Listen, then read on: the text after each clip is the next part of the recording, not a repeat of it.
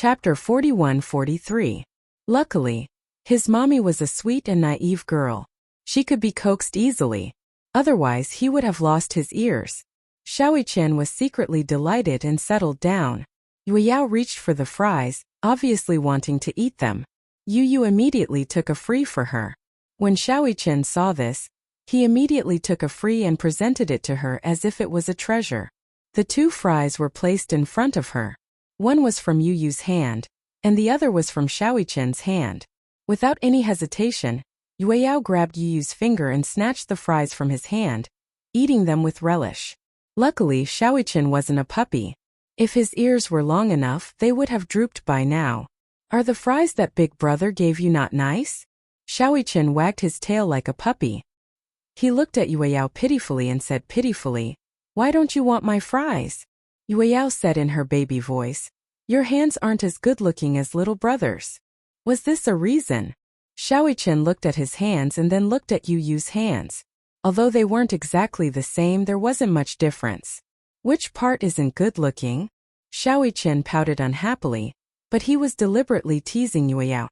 Yao immediately reached over with her oily hands and turned Xiaoqian's hands around. She pointed at the rough calluses on his palms and said, "Look, your hands aren't as good-looking as little brother's." Yu frowned slightly when she saw this. The only big difference between Xiaoqian's hands and his was probably their palms. His palms were clean, but Xiaoqian's palms had been sent to the special training camp by Muyaja when he was young. Because of the recoil, it was inevitable that Xiaoqian's palms would have some calluses. Xiaoqian looked at them and suddenly laughed.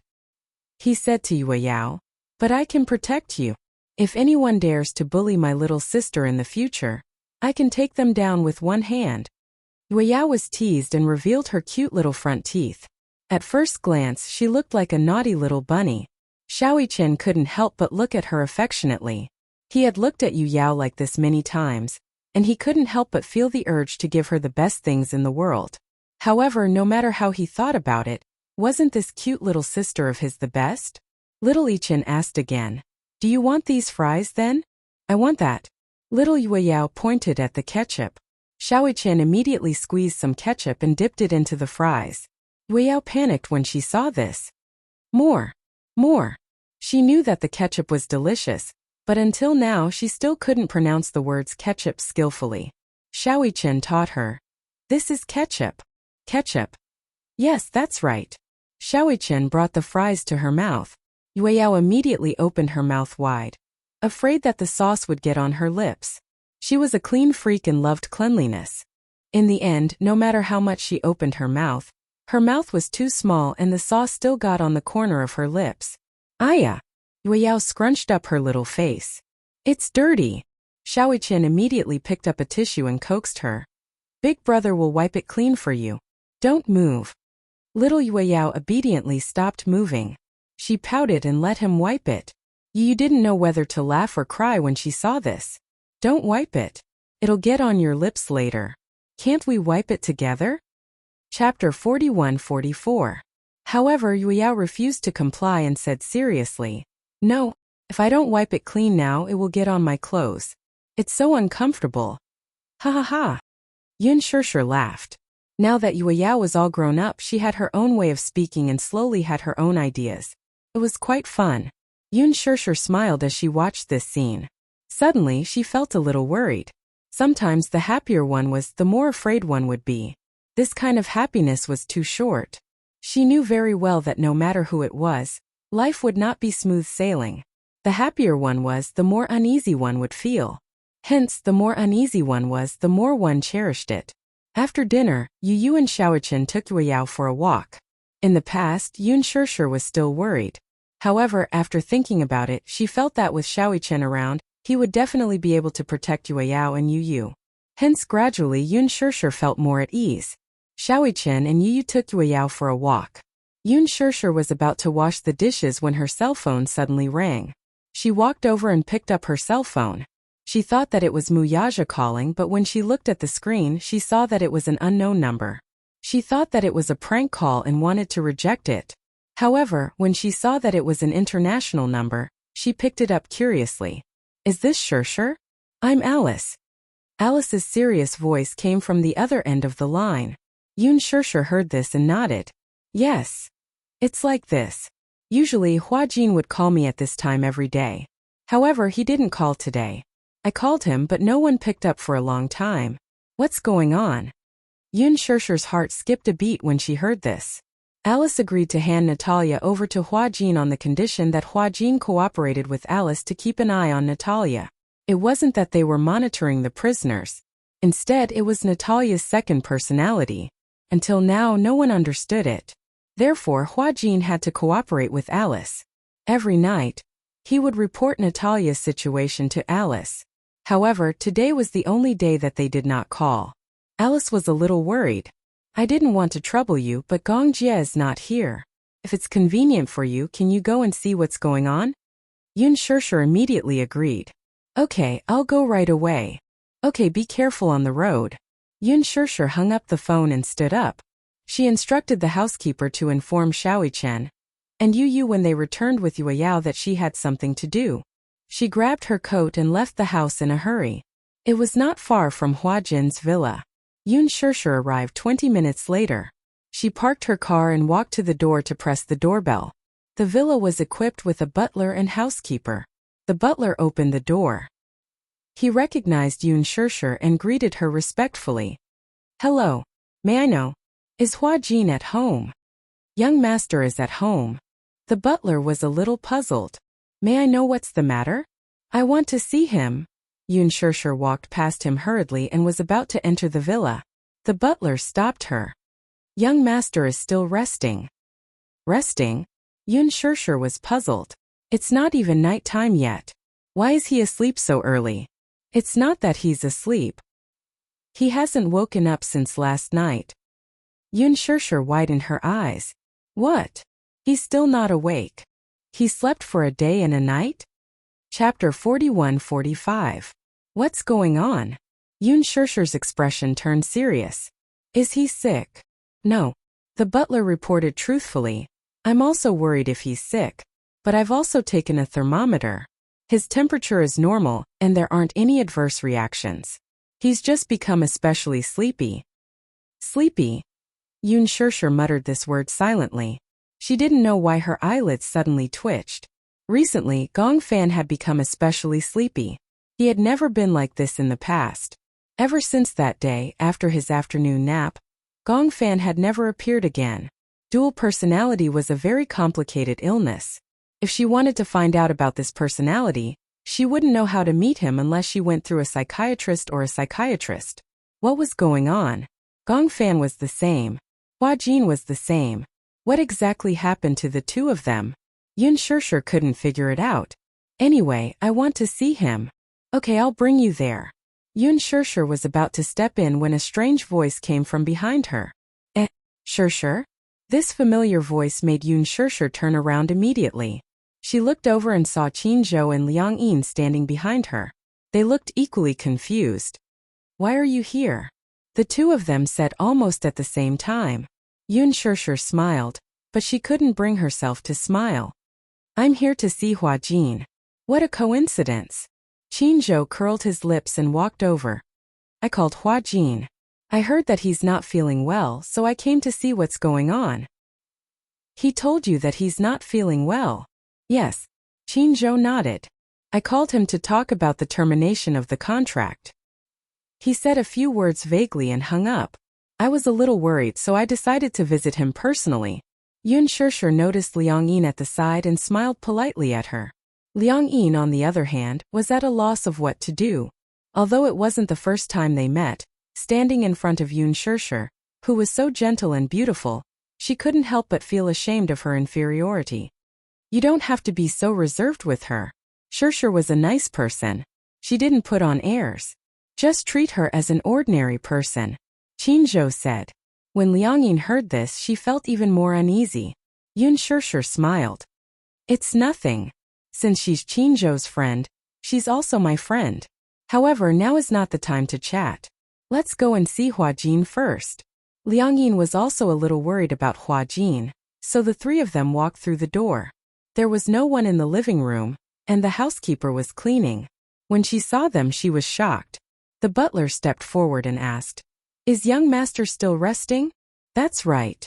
The nanny came back to her senses and immediately said, "He's still in the room. He hasn't woken up yet. Let's go up and take a look." Yun Shishir and Qin Zhou exchanged glances and instructed Liang Yin to wait downstairs. The two of them hurried upstairs. When they reached the bedroom door, Qin Zhou knocked on the door and called out a few times. When there was no response, he opened the door and walked in. The moment he opened the door, he happened to see Hua Jin getting out of bed and walking over. When the latter saw them, he was stunned for a moment. "You guys! Why are you guys here?" Seeing that Hua Jin was safe and sound, Yun Shishir heaved a sigh of relief. Her knitted brows finally relaxed a little. "It's good that you're okay." She had been frightened. She had thought that no one cared about him because he was sick. Chapter 41-46. Seeing that Yun Shishir and Qin Zhou's expressions had changed from anxiety to relief, Hua Jin was even more perplexed. "Look at you guys making a fuss over nothing. I thought I was terminally ill." "Who knows? The butler said that you've been sleeping since last night and haven't woken up yet. Alice also said that no one answered her calls. Otherwise, we wouldn't have been so nervous." Qin Zhou frowned. "Didn't you say that you weren't feeling well?" Hua Jin's heart warmed when he heard that. It turned out that these two fellows had rushed over in a hurry just for this matter. "I'm fine, don't worry. It's just that I really don't feel well. I don't know why, but I feel like I can't wake up." He held his heavy forehead and sat down on the edge of the bed unsteadily. Qin Zhou walked over and realized that his face was inexplicably pale and bloodless. "What's the matter? You don't look well." Yun Shishir noticed it too, and her heart clenched tightly. Hua Jin shook his head. "Probably because I was too tired recently and didn't get enough rest." He comforted them, but in fact he didn't know why he had become so lethargic and his mental state was so bad. Where's Natalia?" Hua Jin suddenly thought of her. Yun Shishir was curious when he mentioned Natalia, but she said, "She should be well taken care of by the nanny. Don't worry. When we first came in, they were all very casual. She must have been well taken care of. You, on the other hand, do you want to go to the hospital for a checkup?" "Hospital?" Hua Jin looked terrified. "I don't want to go to the hospital." "Why? There are so many people in the hospital. If I show up, who knows what news will come out." After he said that, Yun Shishir and Qin Zhou suddenly looked at each other and burst out laughing. Hua Jin was so afraid of going to the hospital, not because he was afraid of doctors or injections. Something very interesting had happened previously. Hua Jin had gone to the hospital for a checkup because of his severe cold. As a result, he attracted the attention of his fans. While he was waiting for the test results, the hospital was overcrowded. He wore a mask and sat at the entrance of the anorectal department. Because he had a severe cold, his head was heavy and his feet were light. He didn't notice the fans who were secretly taking pictures of him. He was even smug that his disguise was so successful that he wasn't recognized. As a result, the photo of him wearing a mask and sitting at the entrance of the anorectal department was secretly taken by fans and posted online. Many people noticed that he was sitting at the entrance of the department and could not help but imagine. Is Hua Jin a bottom? Could the rumors be true? Is Hua gay? No way. Hua Jin appa. He is the bottom one. Hua Jin isn't surprised, but what's surprising is that the rumors are actually true. He actually go to the hospital. Will he be alright? It was only then that Hua Jin realized what had happened. When he saw these comments and rumors online after he recovered, he almost vomited blood. These fans' ability to talk from just looking at pictures was too scary. He had just had a severe cold. Why did the rumors become so exaggerated? Chapter 41-47. As a result, Hua Jin was traumatized by the hospital. He had to stay away from it. Don't worry. It's not a big problem. Although Hua Jin didn't know why he was so sleepy, he was sure that it had nothing to do with his health. Yun Shishir was also helpless. However, seeing how insistent Hua Jin was, she couldn't do anything about it. You still remember that? Qin Zhou snorted and threw a stack of newspapers in front of him. Why don't you explain why you want to terminate your contract with Huan Yu and this news? His tone was a little unfriendly. He seemed a little angry. Hua Jin had left without saying goodbye. He had even rushed to finish filming his movie. He had made an inexplicable phone call and told Qin Zhou that he had decided to semi-retire and would not accept any jobs for the time being. He was also willing to bear all the responsibility for breaching the contract. Qin Zhou was a little surprised. When he asked for the reason, Hua Jin didn't say much. He only expressed his guilt towards him. It wasn't easy for Qin Zhou to nurture him for so many years. Now that Hua Jin had announced his semi-retirement, Qin Zhou was even doubting himself. What kind of system was he in? Why did the artists under him suddenly quit for no reason? Except for Gu Xingze. Whether it was Yun Shishir or Hua Jin, one had retired for the sake of her family and the other had retired for unknown reasons. Just when he was confused, he saw a piece of news on the media. The paparazzi had taken a picture of Hua Jin carrying a girl to the mall. He was holding Natalia's hand and taking her to the children's section to buy toys. Coincidentally, this reporter was also shopping in the mall and casually recorded it with his phone. Without any effort, it created a sensational piece of news in the entertainment industry. Hua Jin's illegitimate daughter exposed. Popular young actor Hua Jin appears in a bustling mall holding a mixed-race girl's hand. Their relationship is confusing. In addition, the news that Hua Jin was going to semi-retire from the entertainment industry spread like wildfire. As a result, everyone suspected that Hua Jin had an illegitimate daughter and was being forced to get married.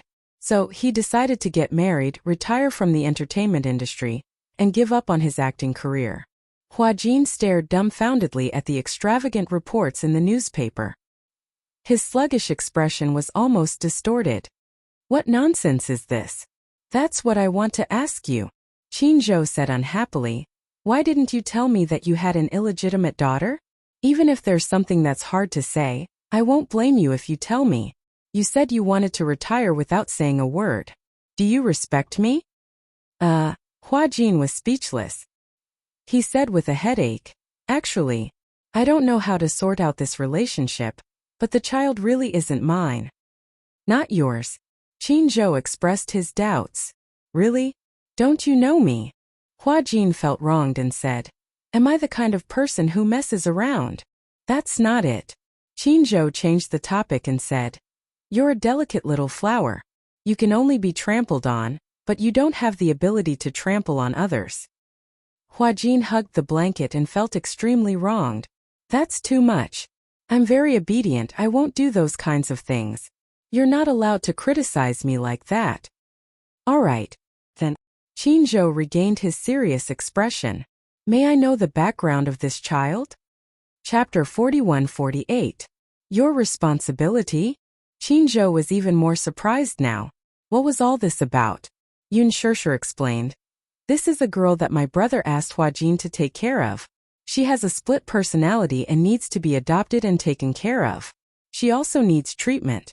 Initially, I wanted to adopt her, but you know my family's situation. Wu Yao needs someone to take care of her. Yu Shaoqian and now Lisa. I can't do anything else. So, I had no choice but to ask Hua Jin to take care of her. Qin Zhou's astonished gaze landed on Hua Jin. Hua Jin looked like a wronged kitten. Actually, Yun Shishir felt very guilty about this. Although Gong Jia had given Hua Jin quite a lot of compensation, asking Hua Jin to take care of a child was like kidnapping his life. It didn't matter whether he was willing or not. After all, Hua Jin had no experience and would be a burden to him.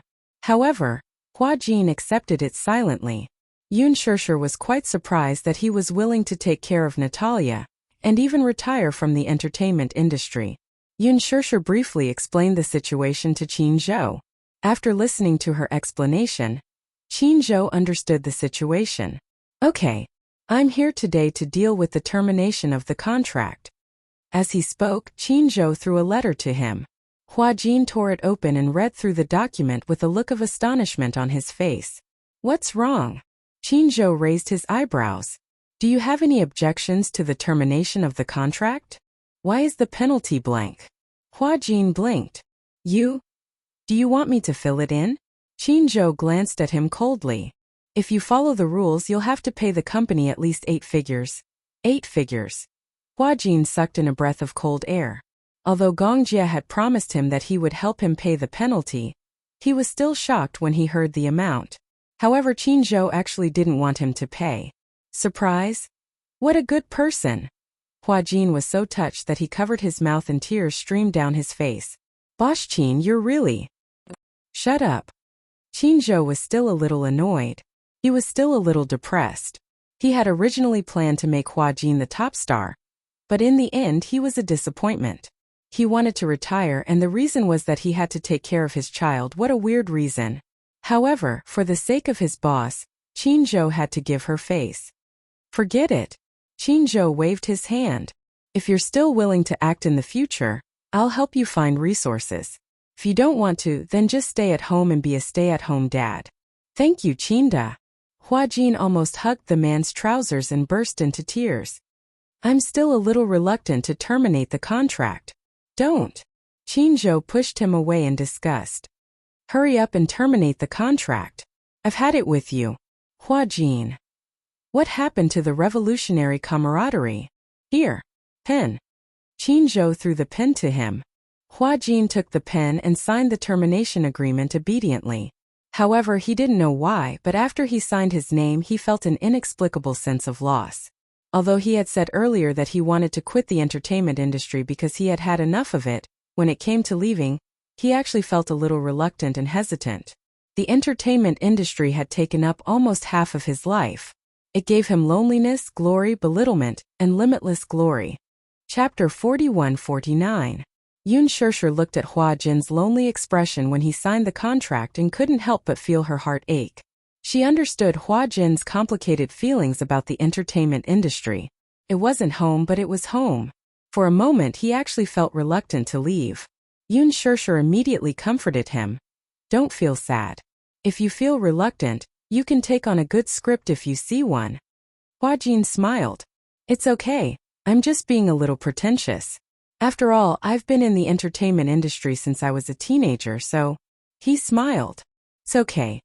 After a pause, he suddenly thought of something. He frowned and thought of Natalia. Ah, Natalia. Yun Shishir was also puzzled when she heard him mention Natalia. Where is she? I don't think I saw her. She should be in her room. Hua Jin was a little puzzled. He didn't know when it happened. He felt like he had slept for a long time. When he woke up, his head was a little swollen, but he couldn't remember what had happened. He vaguely remembered that after Yun Shishir, Yu and Xiaoichen left, he didn't remember what happened after that. Hua Jin went to Natalia's room, but the room was empty. Just as he was about to leave, he saw a beautiful crystal ball on the table. Before he could take a closer look, he heard Yun Shishir and the nanny's voices outside the door. Young Miss is in the back garden. Back garden. I saw her playing on the swing in the back garden. Hua Jin walked out of the door. When the nanny saw him, she greeted him respectfully. Young master? Is she in the back garden? Yes. When the nanny saw Hua Jin, her face finally relaxed. You're finally awake. I thought you weren't feeling well. Hua Jin waved his hand. It's okay, I'm fine. I'll go check on Natalia. Yun Shishir suddenly called out to him. Actually, I'm here because I'm worried about you. You didn't pick up your phone. I'm worried that something might have happened to you. Hua Jin didn't think much of it. What's there to worry about? Alice called you but you didn't answer. She needs to know Natalia's situation at all times. You understand. Hua Jin frowned and nodded. Okay, I'll give her a call later. Yun Shishir nodded and felt relieved. She looked at Qinzhou and said, Then I'm going home. There are 3 little guys waiting for me at home. All right. Hua Jin looked at Qinzhou. What about you? Qinzhou raised his eyebrows. Why? It's my first time here, and you're in a hurry to chase me away? Hua Jin. No. I have no intention of chasing you away. Qinzhou cleared his throat and glanced at him. You haven't shown me around your new home.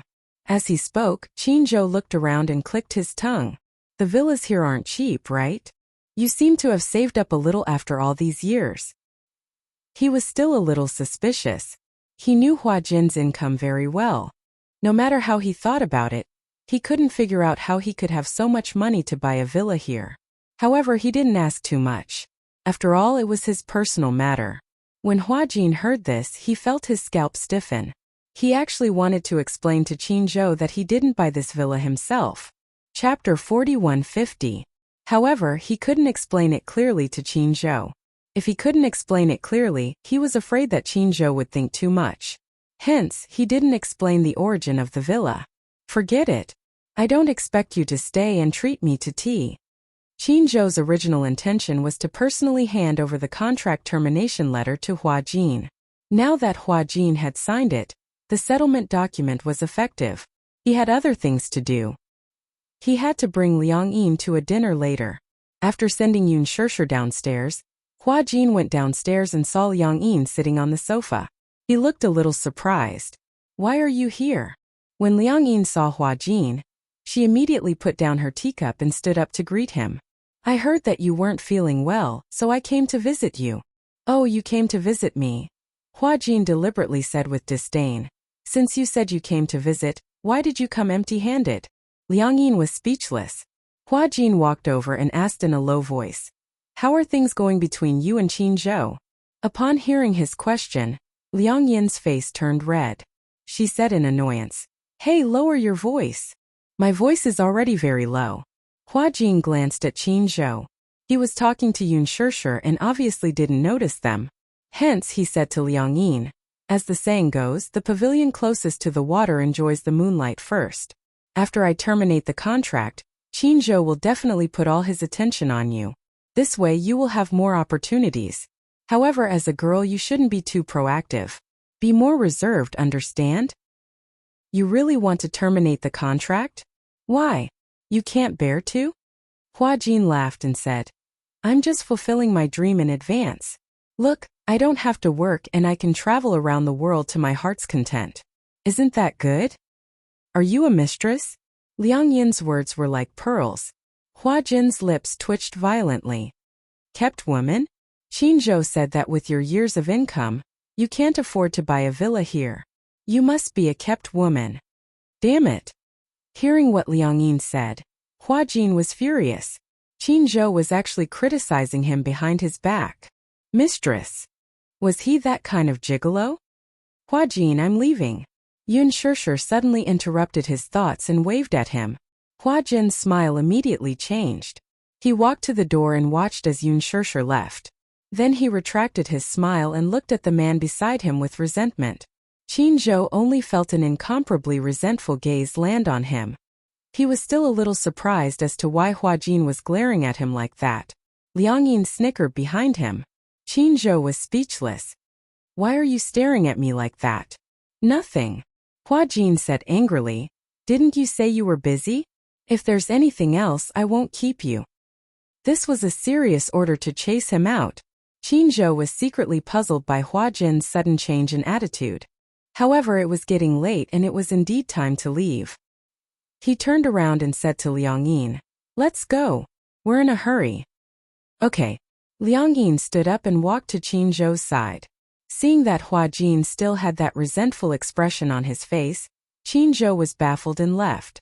It was only after the two of them left that Hua Jin finally reacted. His current state was no different from being a kept woman. Chapter 4151. Forget it. Why did he have to think about such messy things? Hua Jin took out his cell phone. As expected, he saw many missed calls. A few of them were from Alice. But did he not wake up after so many calls? He remembered that his cell phone's ringtone was set very loudly. Moreover, his cell phone was placed beside his pillow. Was he sleeping too soundly? Did he not hear such a loud ringtone? Could it be that something had really happened to him? Just as he was wondering, Hua Jin suddenly realized that his cell phone had been set to silent mode. He was even more shocked. His cell phone had been ringing and vibrating all the time. Why had it been set to silent mode for no reason? No wonder he did not wake up after so many calls. Did someone touch his cell phone? Hua Jin did not have time to think too much. He dialed Alice's number as he walked towards the back garden. The call went through very quickly. Alice's nervous voice came from the other end. Hua Jin. It's me. Phew. Alice heaved a sigh of relief. Why didn't you pick up after calling you so many times? I fell asleep, Hua Jin explained. I accidentally set my cell phone to silent mode, so maybe I didn't hear it. Alice was stunned for a moment before she muttered, "False alarm. Next time, don't set your cell phone to silent mode. Be careful. Otherwise, if you miss my call, I'll feel uneasy." "Okay. How's Natalia now?" Alice asked worriedly. Hua-Jin happened to walk to the balcony. From his angle, he could see Natalia playing on the swing in the back garden. The little girl could actually sit still. Even if she was alone, she could still enjoy herself. He replied, "She's fine. Now she's playing on the swing by herself." "You didn't notice anything strange about her, right?" "Strange?" Hua-Jin shook his head. "No." After a pause, he suddenly changed the topic. "Speaking of which, does Natalia really have dual personality disorder?" "Yes." "What happened?" "So far, no one has discovered what her second personality is like. Even you don't know, right?" When Alice heard this, she sighed helplessly. "I haven't known her for a long time, but her illness is different from Yu's. Her second personality was created by an outsider, and it's not a split mental world." "What's the difference between this and Yu? Apart from the fact that one is a split in self and the other is a split in others, there doesn't seem to be any difference." "You're wrong," Alice replied. "Split personalities have a strong sense of belonging to their own bodies and are independent. However, if it is created by others, it cannot be ruled out that it can be controlled." "Controlled? Since Natalia's personality was created by the outside world, then it can be controlled. Then I have to suspect that her other personality can be controlled. This is not the same nature." "I still don't understand." After all, Hua-Jin was especially unfamiliar with this field. Chapter 4152. A scary idea? Hua-Jin didn't know why, but when he heard Alice's voice, he couldn't help but feel a chill down his spine. Alice said slowly, "Do you know about the Personality Society?" Personality Society? This unfamiliar term made Hua-Jin a little confused. He said without hiding anything, "I've never heard of it. It's normal that you don't know about it. However, the Personality Society may sound complicated, but it's actually very simple." Alice explained to him. The Personality Society is a society formed by many different personalities. These personalities live in the same body, but they each have their own duties. Among the personalities, there will be a leader who will be responsible for managing the other personalities. At the same time, this kind of personality also has the right to exile the other personalities. Is there such a case? Yes. Alice continued. So Professor Romanka hopes to create a personality society and cultivate a leader personality. Finally, all the personalities other than the leader personality will be exiled, leaving only the leader personality. This will completely cure the multiple personalities. He has always wanted to conquer this field, but I feel that his idea is too eager for quick success. If in the end these personalities can't be controlled, then the so-called Personality Society will be the real disaster. When Hua-Jin heard this, he was terrified. Personality Society? How is that possible? Since it's a personality, then gradually it will have its own independent thoughts. Aren't you afraid that it will rebel? I also reminded him, but he was very firm. He even started this experiment in private. I was very opposed to it, but he won't listen to my opinion at all. Then, how did you take Natalia from him?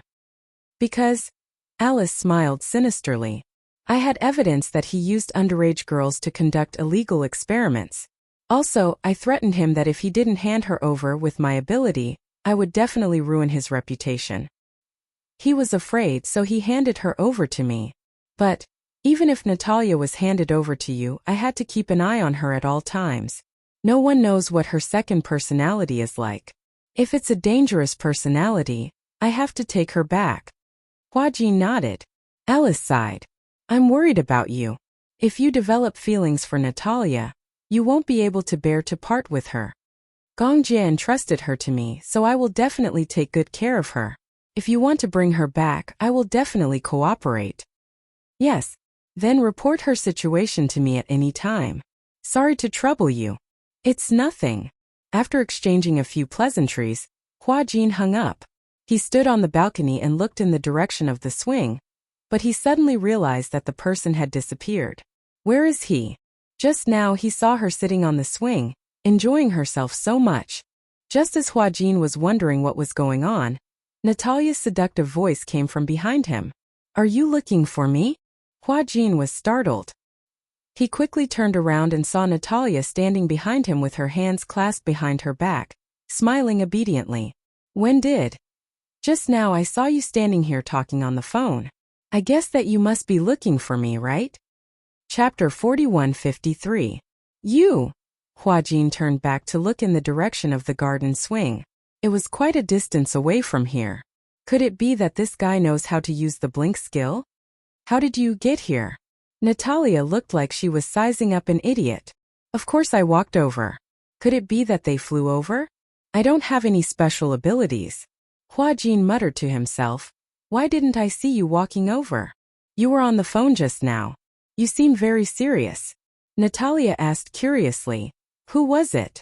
Hua-Jin pondered for a moment and immediately said, "It was a friend." Natalia didn't like to be close to Alice. She was very unhappy with Alice's behavior, which was close to checking on her. Hence, Hua-Jin avoided mentioning Alice in front of her. Natalia did not like Alice, and he knew that little secret. However, Natalia still guessed it. "Oh, Alice? How? How did you know?" "From your expression it seems like you don't want me to know who it was." "Then I guessed it right away. It must be that bad woman." "Bad woman?" Hua-Jin was a little helpless.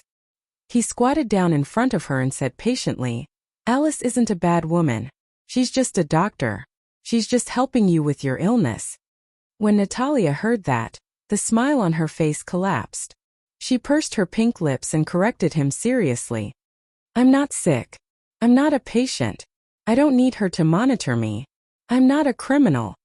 She seemed to be very angry. Many people said that she was sick, that she was a patient. However, she didn't feel that she was a patient. She had seen patients before. She felt that she didn't fit the word sick. She didn't understand. She was fine. Why did everyone look at her as if she was sick? She didn't like those pitiful looks. It was as if she was a terminally ill person. She wasn't. Okay, you're not. I actually know." Natalia took a deep breath. "You've discussed it with Alice. You're in charge of monitoring me, aren't you?" Hua-Jin was speechless. What he didn't know was that Natalia was so sensitive. Despite her young age, she had already noticed all of this. Seeing his expression, Natalia was disappointed and even disappointed. Slowly, she started to get closer to Hua-Jin and developed feelings for Hua-Jin. However, just as she was about to open her heart, this realization made her extremely disappointed. She looked around coldly and expressionlessly said, "This beautiful garden is just for me to stay in this prison. At least I won't be so lonely. You said you wanted to accompany me, but it was only because Daddy couldn't bear to see me alone, right?" Hua-Jin was at a loss for words, not knowing what to say. "Sometimes I find it strange. Why is it that the way you look at me, you clearly want to be friends with me, but it makes me feel a little uncomfortable?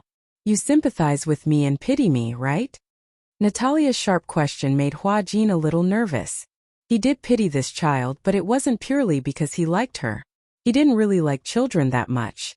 Chapter 4154. He even thought that if he was going to be alone in the future and would not be able to get married, then he would want to be a dink.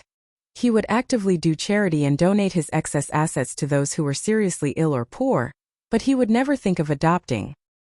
He had accepted Gong Jie's conditions only because he had a responsibility and a lot of helplessness. He didn't really like Natalia. "I know you don't like me very much. Since you don't like me, I won't force you to like me. Then please don't force yourself to like me." As Natalia said this, her lips curved into a smile. "But I will still get along with you peacefully." As she said this, she turned around and walked back into the room. Hua-Jin looked at her back view silently. For a moment, he felt an inexplicable sense of helplessness. How could that be? Didn't I see that your relationship with Natalia has improved a lot that day at the amusement park? It was late at night. On the balcony, Hua-Jin leaned against the railing, holding his cell phone and complaining to Yoon Shirshir. "Maybe I really don't have the talent to be a stay-at-home dad. I've tried my best to get on her good side, but this child is so sensitive. With just one look she denied everything I've done. She's only 6 or 7 years old, but her mind is already so delicate and mature. When Yoon Shirshir heard this, she couldn't help but laugh. This is very similar to Yu. Is it? Yu has been very sensitive since he was young. To what extent can he do? Even with just one look, he can tell whether that person likes or dislikes him. Natalia is the same.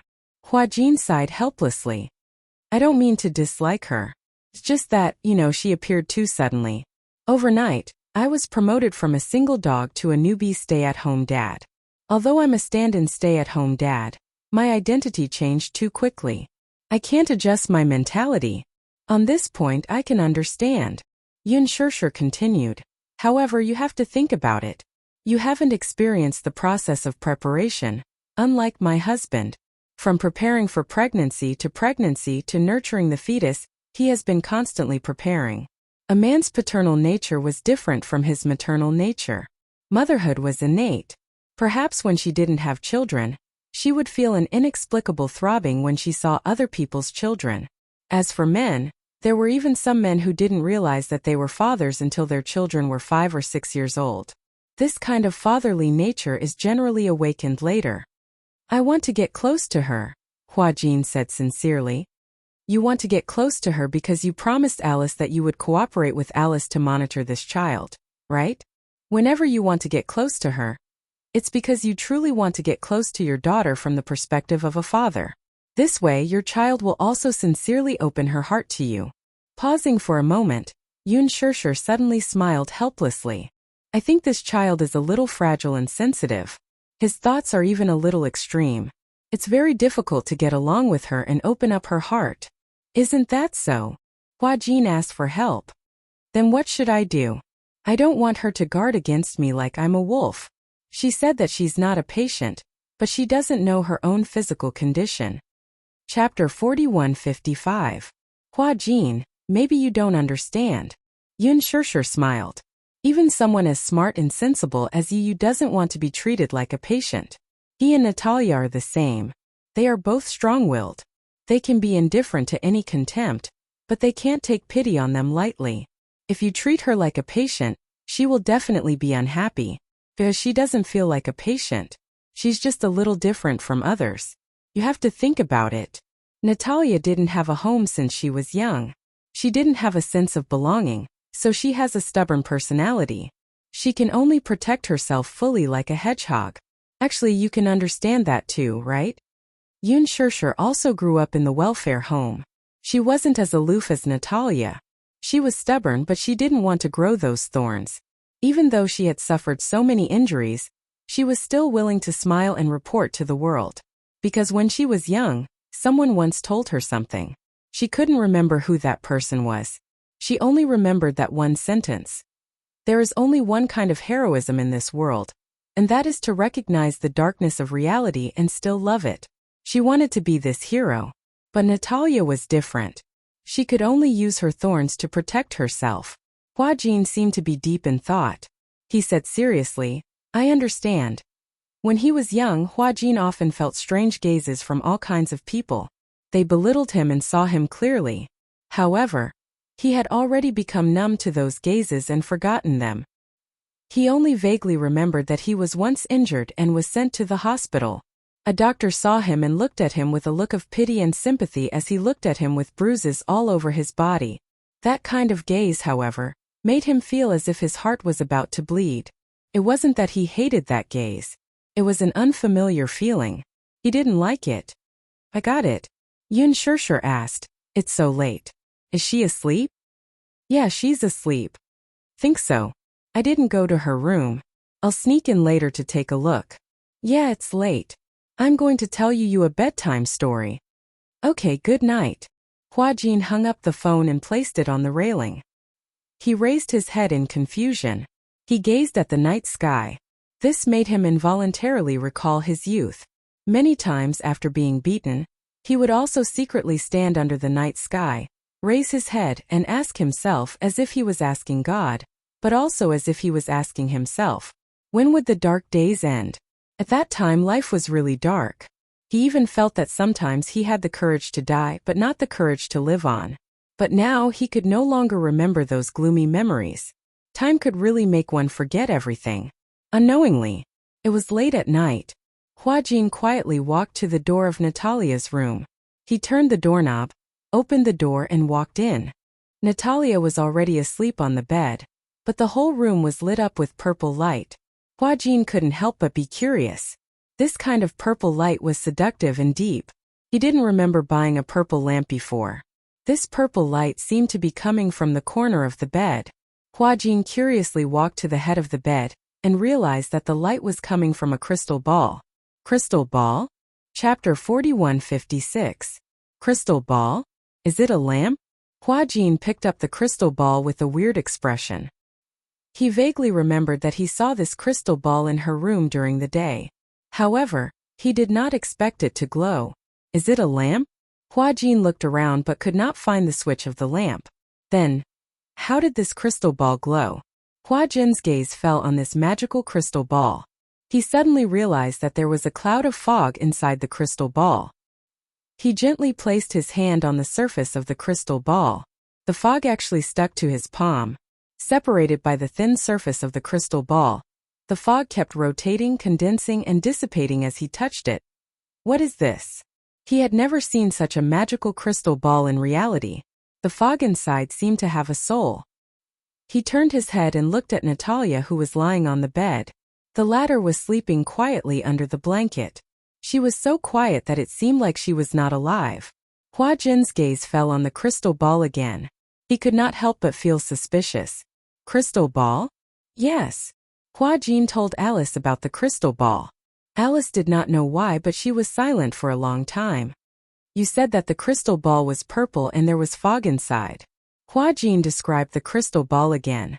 On the other end, Alice's breathing stopped. How is that possible? She seemed to be mumbling to herself. What's wrong? Impossible. Alice said in a low voice. There is no such crystal ball in the world. But I saw it with my own eyes. Impossible. Alice frowned and said in a serious tone. That kind of crystal ball is usually used for hypnosis treatment. It is something that only the hypnotist would have. How could she have it? Huajin did not know why, but he was stunned. He rubbed his forehead and looked at the bare wall in a daze. Is there really such a thing as hypnosis in this world? Huajin did not believe it. In his impression, such a crystal ball only existed in the magical world. It was a tool used for divination. In reality, it was used for hypnosis. Is there really such a thing as hypnosis in this world? Alice said coldly. Do you want me to do it myself and let you experience it? Huajin was even more surprised. You know how to hypnotize people. Alice was silent. It seemed that Gong Jia did not formally introduce her to Huajin. Huajin did not know that she was an experienced hypnotist. If you don't mind, I can show you what hypnosis is. It's fake. Huajin did not think much of it. If she had a strong will, how could she be hypnotized by you? Alice rolled her eyes. How do you think I can erase you? Use memory. But you didn't succeed. Alice was speechless. So, it seems that you are not a very successful hypnotist. Alice gritted her teeth in anger. This guy, is he asking for a beating? Alright, I got it. Pay attention to everything you do. Then, Huajin asked curiously, what about the crystal ball? Just pretend that you don't know about it.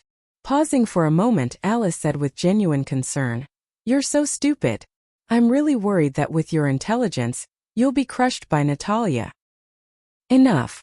Don't doubt my IQ. Chapter 4157. A few days later, news of Huajin's retirement from the entertainment industry was released by Huanyu's official media. Huajin attended the press conference as well. This seemed to imply that this would be the last time he would appear in front of the media in a while. He wore a white shirt and black trousers. Coupled with his British suit, he looked solemn and steady. He had always dressed as a pretty boy and had a neutral style. Many people couldn't get used to him suddenly changing into a gentlemanly style. He didn't want to come at first, but in order to show his sincerity, at least to the fans, he decided to make an appearance and announce this matter in public. Qin Zhou and Ji Lin attended the press conference as well. Before the press conference, Ji Lin had just arrived and severely criticized him. I think there's something wrong with you.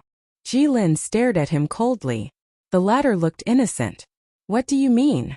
Jilin said sternly. Look, most of your artists have retired. Qinzhou was speechless. Was this his fault? Qinzhou glanced coldly at Hua Jin. The latter tugged at the corner of his lips guiltily, revealing an awkward but polite smile. What can I do if I can't keep them? Jilin continued. I heard that you recently signed a newcomer. Are you planning to support her? Yeah. Her name is Liang Yin. Oh. Jilin's next sentence was enough to choke someone to death. She came by the unspoken rules? Qinzhou cleared his throat and said, I don't touch these weird things. I've seen that girl's photo. She's quite good-looking and has the potential to become a big star. If Jilin said that she had the potential to become a big star, then she would definitely become a big star. When Hua Jin heard this, he immediately stood up and patted his chest. I recommended Liang Yin to Qinzhou. Qinzhou and Jilin looked at him coldly at the same time. Hua Jin was so scared that he choked and couldn't say another word. Pretend I didn't say anything. When Jilin saw Hua Jin, he looked a little unhappy. I heard that you have an illegitimate daughter? Hua Jin was speechless. That's not true, okay? Has Lord Ji also started to believe in the rumors? I don't know if it's a rumor or not, but I know that your retirement has caused a lot of financial losses to the company. Don't think that I don't know about it because you didn't pay the penalty for going through the back door. Jilin's words made Qinzhou and Hua Jin tremble. Hua Jin said awkwardly, although I've left the entertainment industry, I can still work for the company for free. Working for free? You're so dedicated. Jilin was famous for his poisonous tongue, even more so than Qinzhou. In Huanyu, Muyaja and Qinzhou would consciously step aside if Jilin was number 2 in terms of poisonous tongues.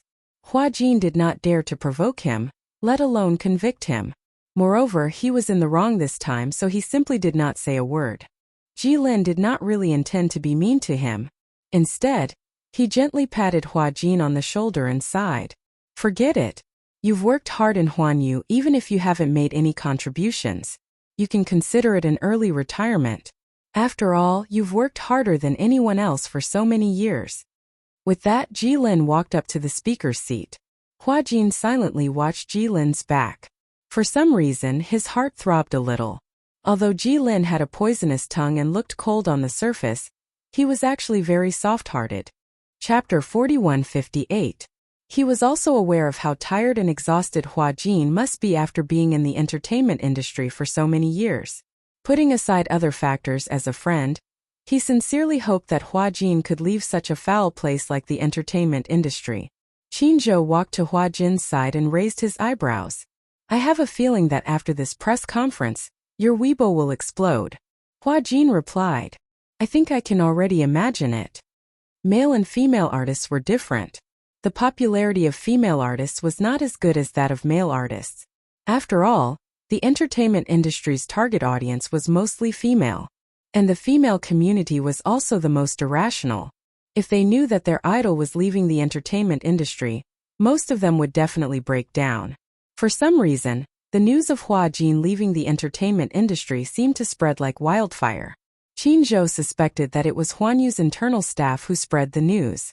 Otherwise, no one outside would know about it. The news of Hua Jin's decision to leave the entertainment industry quickly spread among Hua Jin's many fan groups. But no one was willing to believe it. They would rather believe the news that Hua Jin had an illegitimate daughter, and perhaps even a secret marriage. They would rather believe that Hua Jin was leaving the entertainment industry and leaving their site. Idols were also known as idols. Sometimes, as idols, they would become the spiritual sustenance of fans in many situations. Without spiritual sustenance, all of a sudden, it would be hard for them to get used to it. The press conference was about to start. The media started to take their seats. Many media outlets had also received news that Hua Jin might be leaving the entertainment industry, but they weren't sure if this press conference was to clarify the rumors or to really announce his departure. The press conference started. Qinzhou was concise and made a short opening speech. Following that, he announced that Huanyu's original artist, Hua Jin, would be leaving the entertainment industry for personal reasons. Hua Jin stood up and bowed slightly. Through the camera, He expressed his regret to his fans and promised that even if he left the entertainment industry, he would update his personal life on his personal Weibo account. He would also participate in charity in the future in the name of Hua Jin's fan club. A reporter stood up and asked curiously, "Is your withdrawal from the entertainment industry related to the rumors about you having an illegitimate daughter?" The scene was in an uproar. Many people were familiar with the rumor that Hua Jin had an illegitimate daughter, but no one thought that someone would raise this issue in public. It was a little awkward for a moment. Hua Jin faced it calmly. He said truthfully, "I believe that many people have seen the photos of you secretly taken by those media reporters. Regarding this matter, I am here to explain. That girl is not my biological daughter. She is an orphan that I adopted. However, I want to give her a warm home.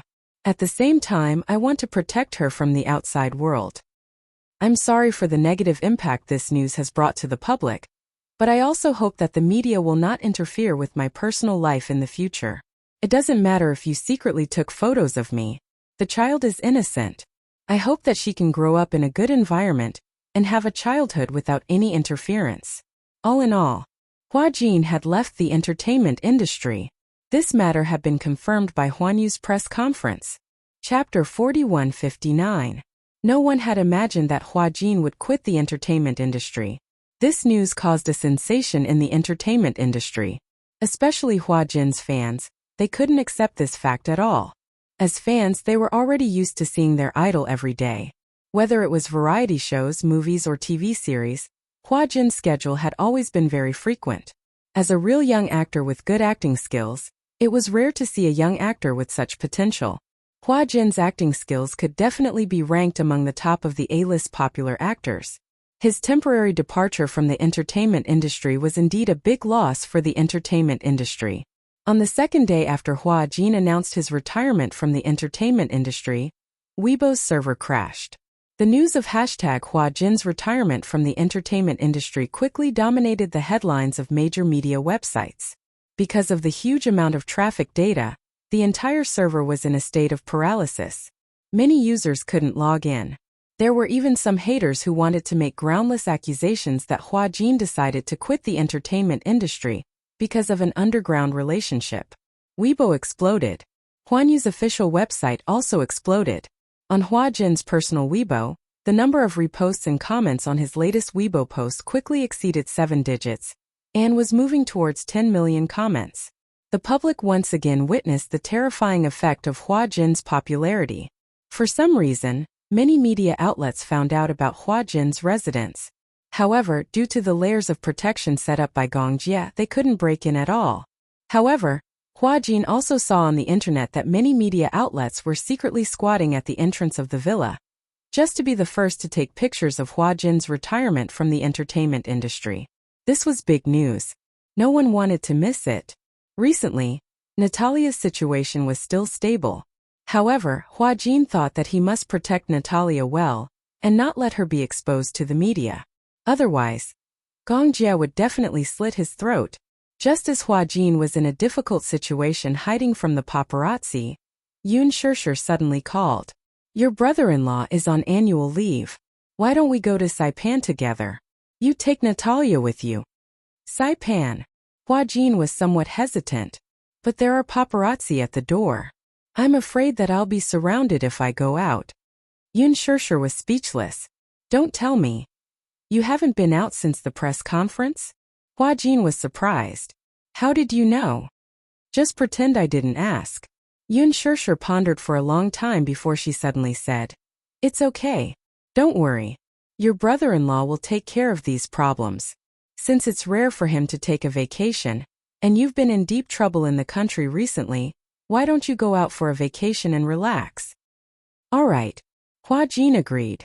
"But I'll have to ask Natalia for her opinion. How is Natalia these days?" "She's not bad, but she doesn't like to talk much.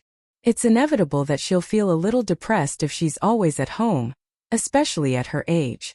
She'll definitely feel bored if she doesn't have the chance to go out and play." "Is that so? Well, anyway, it's settled then. You can ask for her opinion again." "Okay." The beach? Chapter 4160. What's wrong? Hua Jin suddenly became nervous. You don't want to go? It's not that I don't want to, it's just… Natalia was a little hesitant. What's the seaside like? She did not look forward to going to a place that she had never been to before. Unlike other children who were full of anticipation when they heard about the seaside, she felt an inexplicable sense of uneasiness. She felt uneasy about going to an unfamiliar place. Huajin smiled and described it to her. The seaside is a place that faces the sea. The blue sea and the blue sky make it seem like the sky and the sea are connected when you look from afar. The golden sand and the warm sun make you sunbathe or float in the sea. Actually, going to the seaside is a good way to relax. What do you think? Do you want to go?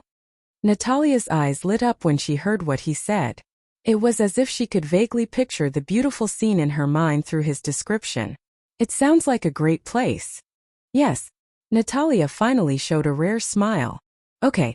Huajin looked at her smiling eyes and was deeply affected by her pure and innocent smile.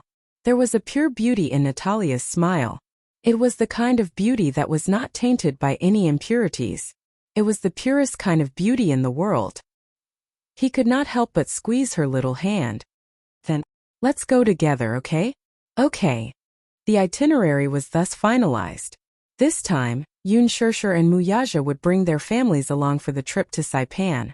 Xiaoichen, Yu, Lisa, and Yueyao were all present. Before Yueyao was 3 years old, Yun Shirshir did not bring her to other places mainly because of safety concerns. Because of the shooting incident in the square last time, her heart was more or less covered with a layer of shadow. Most importantly, Yueyao was too young. At that time she had just learned how to walk. If she were to bring her to a place too far away, she was afraid that there would be some mistakes.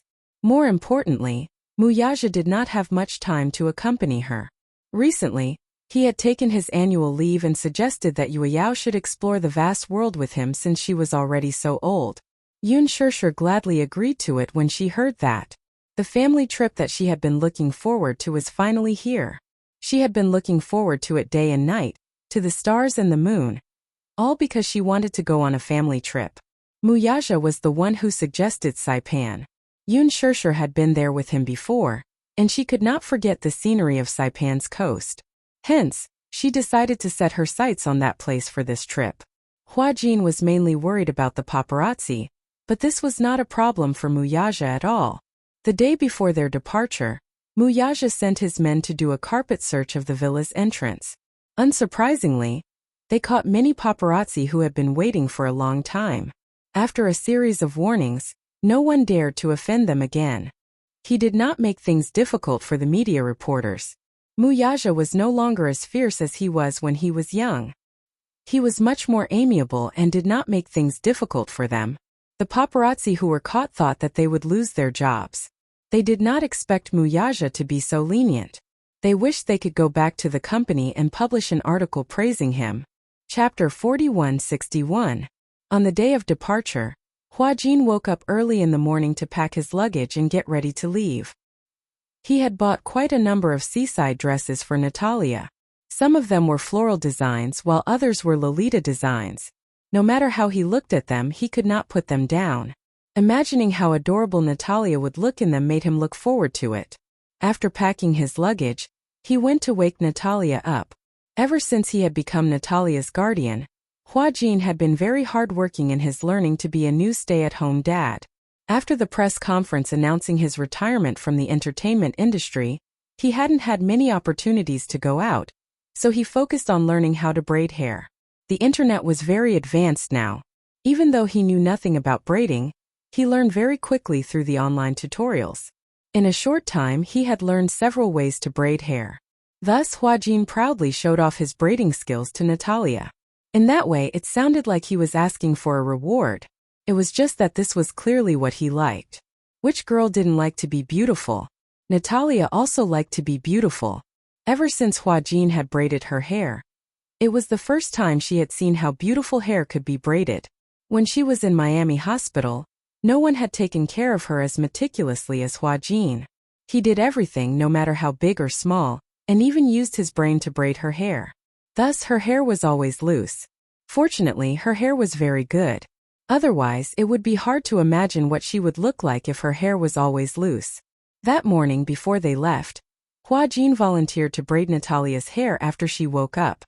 Natalia changed into the floral dress that Hua Jin had chosen and sat obediently in front of the dressing mirror. She looked at herself in the mirror with her lips pursed. Her eyes were as beautiful as crescent moons. Hua Jin followed the new hairstyle and braided her hair carefully. Natalia looked at Hua Jin's serious expression through the mirror. She opened her mouth but didn't say anything. Hua Jin caught a glimpse of her expression and asked gently, "What's wrong? You seem to have something to say." "Uncle, do you know magic?" "Why do you ask?" Hua Jin didn't know whether to laugh or cry. At the same time, he was a little surprised. Natalia tilted her head and swung her legs back and forth. "Because I feel that the hair you braided is like magic. It's so beautiful." "Haha." Hua Jin said seriously. "That's because you're good-looking as a doll." "Really?" Natalia looked at herself in the mirror and smiled sweetly. It had to be said that the braiding technique Hua Jin was so proud of had pulled him closer to Natalia. If the colleagues who were familiar with Hua Jin in the past saw this scene, their eyes would probably pop out. Hua Jin had always been a little demon king in the production team. He was arrogant, rebellious, and difficult to get close to. She didn't expect that he would have such a gentle side to him in front of Natalia. He was so meticulous in braiding her hair. The strands of hair were nimbly outlined by his jade-like fingertips. There was an indescribable sense of beauty in his movements. When he was almost done, Natalia looked surprised, as if she found it novel. Chapter 4162. Is this a new one? Yes. Why? Don't you like it? She pursed her lips and shook her head. No. I like it a lot. Really? Does it look good? Yes, it looks good. Natalia nodded slightly, looking a little shy. Hua Jin suddenly felt very proud. He naturally felt a sense of accomplishment to be able to make Natalia approve of his work. This hair braid was also very suitable for Natalia. Natalia had a typical oval-shaped face, a high nose bridge and deep eyebrows. However, it was typical that she had not yet grown up. Therefore, her facial features were not as deep as those of European girls. However, there were already hints of exquisiteness. Our Natalia is the most beautiful little princess in the world. Hua Jin squatted gently beside her and held her shoulders. Looking at the porcelain doll in the mirror, he suddenly felt that it was pleasing to the eye. At the same time, he also felt an inexplicable sense of accomplishment. Suddenly, he could not help but have a thought in his mind. If Natalia was really his daughter, how many would there be? This way, he would not have to be jealous of Muyaja for having such a cute daughter. However, on second thought, even if she was not his biological daughter, so what? Was blood relations really that important? He was not old-fashioned and old-fashioned. He felt that there must be a family line to pass on, and he did not think about having a child. He felt that raising a child was more important than having a child. Why not treat Natalia as his real biological daughter? Hua Jin gently stroked her face, his eyes filled with love. Natalia's gaze undoubtedly met his eyes, but she immediately turned her face away shyly. She seemed to have returned to her timid self when they first met. Hua Jin could not help but be stunned. He frowned slightly. The reason why he was a little stunned was because he vaguely realized that Natalia seemed to have changed. He vaguely remembered that one time, he stood on the balcony and saw her when he turned around. It was the same face, but for some reason Natalia gave him the feeling that she was a demonic little witch. However, the Natalia in front of him now had become the shy doll when they first met. Could it be? They were two different personalities, but he didn't realize it. Hua Jin had some doubts, but he didn't show it too obviously. In the past few days, he seemed to have forgotten the task that Alice had given him. Alice hoped that he would be able to copy Natalia's personality. He wasn't really going to draw a portrait. He was just going to record Natalia's personality and appearance every day. Recently, he had been so busy with his withdrawal from the entertainment industry that he had forgotten about it. What happened? Natalia asked when she saw him in a daze. Oh, it's nothing. Hua Jin took a hand-knitted hat from the side and gently put it on her head. A handmade lily was pinned on her knitted hat, making Natalia look pure and cute. What a nice hat! Natalia couldn't put the hat down. Hua Jin said with a smile, "Bring it with you when you go to the beach, okay?" The wind at the beach was strong, and so was the sun. In order to protect against the sun, Hua Jin had prepared a considerable amount of sunscreen, so that he wouldn't come back with a tan. Especially with Natalia's tender and fair skin, it was easy for her skin to peel when the wind blew and the sun shone on her. Chapter 4163. At around 10 in the morning, Hua Jin and Natalia left the house. Hua Jin had arranged for the airport to send them off.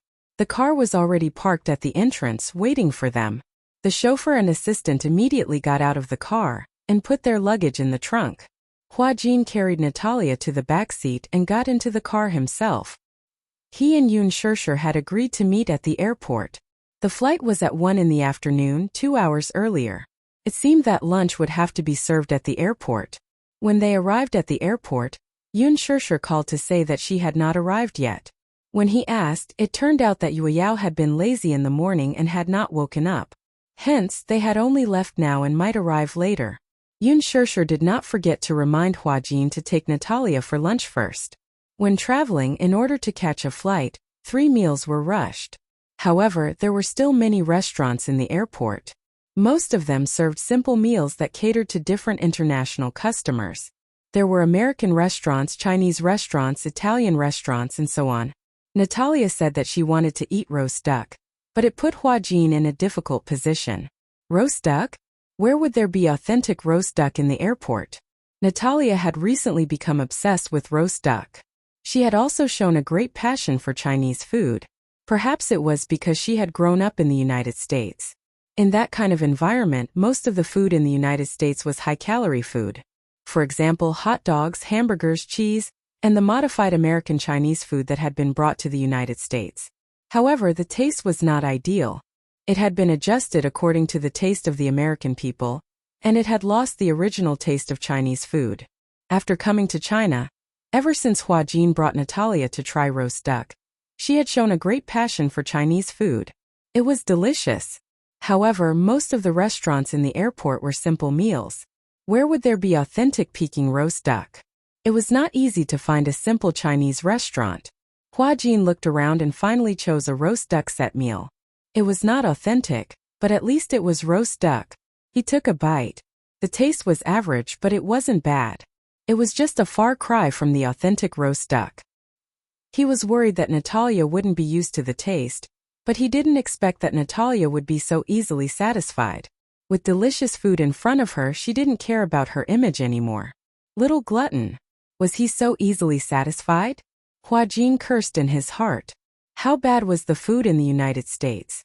That was why the little fellow was so satisfied with such a set of barbecue duck. Natalia ate slowly, chewing and swallowing slowly. Since they had plenty of time after lunch, Hua Jin took Natalia to the shops in the airport. There were many duty-free shops in the airport. It just so happened that the skincare products at home were used up, so Hua Jin bought some goods. Natalia was bored. She couldn't understand what the delicate bottles and jars on the shelves were for. It wasn't pretty and it couldn't be eaten. Therefore, she pestered Hua Jin to leave. Hua Jin was queuing up to pay the bill. Seeing that it was almost his turn, he coaxed, "Wait for me, okay? Just a while, I'll be done soon." But it's so stuffy here. There were many people in the duty-free shop. The crowd was crowded and the air was muddy. Chapter 4164. Natalia was not used to the air here, so she said to Hua Jin, "I'll wait for you outside, okay?" Outside. Hua Jin looked outside the door hesitantly, feeling a little uneasy. Natalia said, "Don't worry, I won't run around. Besides, didn't you say that it'll be soon?" Hua Jin thought for a moment and nodded. "You promised me that you won't run around." Huh. If she got lost and Gongjie asked about it, he would lose his head. Natalia ran out, and Hua Jin watched as she sat on the bench outside the door. Only then did he feel at ease and continue queuing. Natalia waited outside the door, feeling bored. The waiting time was especially long and boring. She thought that she had waited for more than 10 minutes. When she came back to her senses, she stood up and walked to the electronic clock in the hall to look at it. She realized that only 5 minutes had passed. Ding dong. Passengers heading to the Maldives, please take note that your flight Dish 965 from Eastern Airlines is now boarding. Please bring your personal belongings with you. Oh no, it's too late. It's too late. Not far away, a panicked voice was heard. Before Natalia could react, she was knocked to the ground by a tremendous force. The knitted hat on her head flew far away. Natalia fell to the ground, her back slamming hard against the marble floor. She was in excruciating pain. The person who had bumped into her was a middle-aged woman. It was obvious that she would not make it in time for the flight. Even though she had knocked down the child, she stopped to take a look but did not come over to help her. She did not even look at her as she left in a hurry. Whispers broke out around her. They were secretly angry that this woman had no manners. Even if she knocked down an adult, she should be concerned about their well-being, let alone a child. She was too rude. By the time Natalia realized that the culprit had run far away, she felt a little depressed. She felt that the bones in her back were about to break after being knocked down so hard for no reason. She stood up and looked at the knitted hat that had fallen in the distance. Just as she was about to walk over and pick it up, a young man was one step ahead of her and picked it up first. Natalia stood where she was in a daze. She silently observed the gentle young man in front of her. The young man was wearing a snow-white shirt, which made his skin look as white as jade. His figure was tall and slender, and he seemed to be in his teens. His neat black hair outlined the outline of his thin face even more clearly. He turned around and looked at Natalia, who was still standing at the same spot. He smirked and walked up to her. Just as he was about to speak, he saw Natalia's purple eyes and was stunned. He had seen many mixed-race children with blue eyes, green eyes, amber eyes, and even pure black eyes, but he had never seen such beautiful purple eyes. Her purple eyes were as pure as beautiful gems. Natalia's eyes flashed. She looked at the hat in his hand and immediately reminded him, "Big brother, this is my hat." The youth immediately reacted, but his gaze was still unable to move away from her eyes for a long time. Natalia looked at him with displeasure and snatched the hat from his hand. "Why do you keep staring at me?" Chapter 41:65. "It's nothing." The young man reacted and asked cautiously, "Are you hurt from the fall?" Sensing his concern, Natalia's sharpness faded a little. She nodded gently and said vaguely, "I'm fine." At this moment, a woman's slightly worried voice came from behind. "Linshi, why did you run so fast?" Chu-ho walked over nervously. She passed through the crowd and finally found him. However, when she saw the girl standing in front of him, she was momentarily stunned. She also saw Natalia's purple eyes. A normal person's first reaction would naturally be surprise. After all, violet eyes were not commonly seen. Chu-hee was considered to be well-informed and had seen countless people, but this was the first time she had seen purple eyes. Looking at the beautiful little girl in front of her, she was momentarily stunned. It was normal for her to be in a daze. Behind them, the main group had also arrived. Gu Jinglian held Xiao Bao's hand, and a lot of people from the Gu family who were worried about sending them off, such as Uncle Fu and Aunt Fu. It was as if Gu Jinglian had to go on a vacation with his family, and was worried that his enemies would come and bomb the airport. Ever since Chu-ho gave birth to a pair of twins for him, she had been breastfeeding after her confinement. The honeymoon that Gu Jinglian had promised her was delayed again and again. Originally, Chu-ho did not have much expectations for the honeymoon. She did not say that she had been to many places, but she had visited many places, even if it was in the name of a business trip. However, slowly, her friends began to post photos of the trip on their WeChat moments. The blue sky and the sea stretched as far as the eye could see. Chu-ho, who was in Shanghai, seemed to have not seen the blue sky for a long time. Therefore, the idea of going on a honeymoon was put on the agenda again. During this period, Gu Jinglian had finally settled the work at hand and entrusted the two Xiao Bao's care.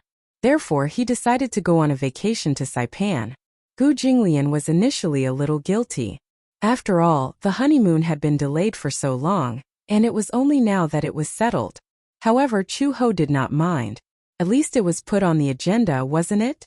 Gu Jinglian and Xiao Bao walked over. Xiao Bao saw Lin Shi at first glance, but then he was quickly attracted by the little girl in front of him. He narrowed his eyes until he saw clearly that Natalia's eyes were indeed purple. He was surprised. "Wow, what beautiful eyes," he sighed with emotion. However, Natalia was not used to his words, even though he thought they were praises. Since she was young, She knew that she was different from other children. In terms of background, she was an orphan. Since she was young, she did not have a father or a mother, let alone a father or a mother.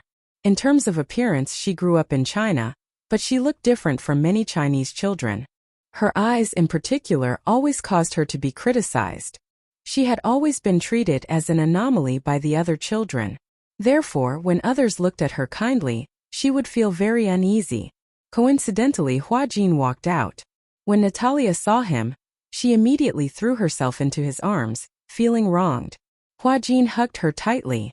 He did not know what was going on. When he looked up, he was dumbfounded. Oh, President Gu. Chapter 4166. He was shocked. He didn't expect to bump into Gu Jinglian at the airport. Gu Jinglian looked at him and then at Natalia, who was in his arms. There was a hint of surprise in his eyes. Is this your daughter? Hua Jin was speechless. Should he admit it? Hua Jin lowered his head to look at Natalia's aggrieved expression. He did not know what was going on, nor did he know if she had been bullied. Hence he nodded. Yes. Gu Jinglian didn't look surprised when he found out that she was his daughter. Hua Jin squatted down and asked gently, What's wrong? You don't look happy. Did someone bully you? Behind him, Gu Linshi immediately explained. A woman was in a hurry and knocked her down. She left without saying goodbye. So that's what happened? Hua Jin immediately became nervous. Does it hurt? Natalia pursed her lips and nodded gently. Yes, a little. Where does it hurt? Here. Natalia didn't want to talk about her bruised butt, so she rubbed her elbow. When she fell, she instinctively supported herself. Hence, her elbow was bruised. Hua Jin rolled up her sleeves and scrutinized her seriously. It was bruised. His heart ached. He gently breathed on it but didn't rub it. He only felt at ease after making sure that it wasn't fractured. He couldn't rub it now. Otherwise, a small bruise would expand after being rubbed. Hua Jin carried Natalia and couldn't help but sigh.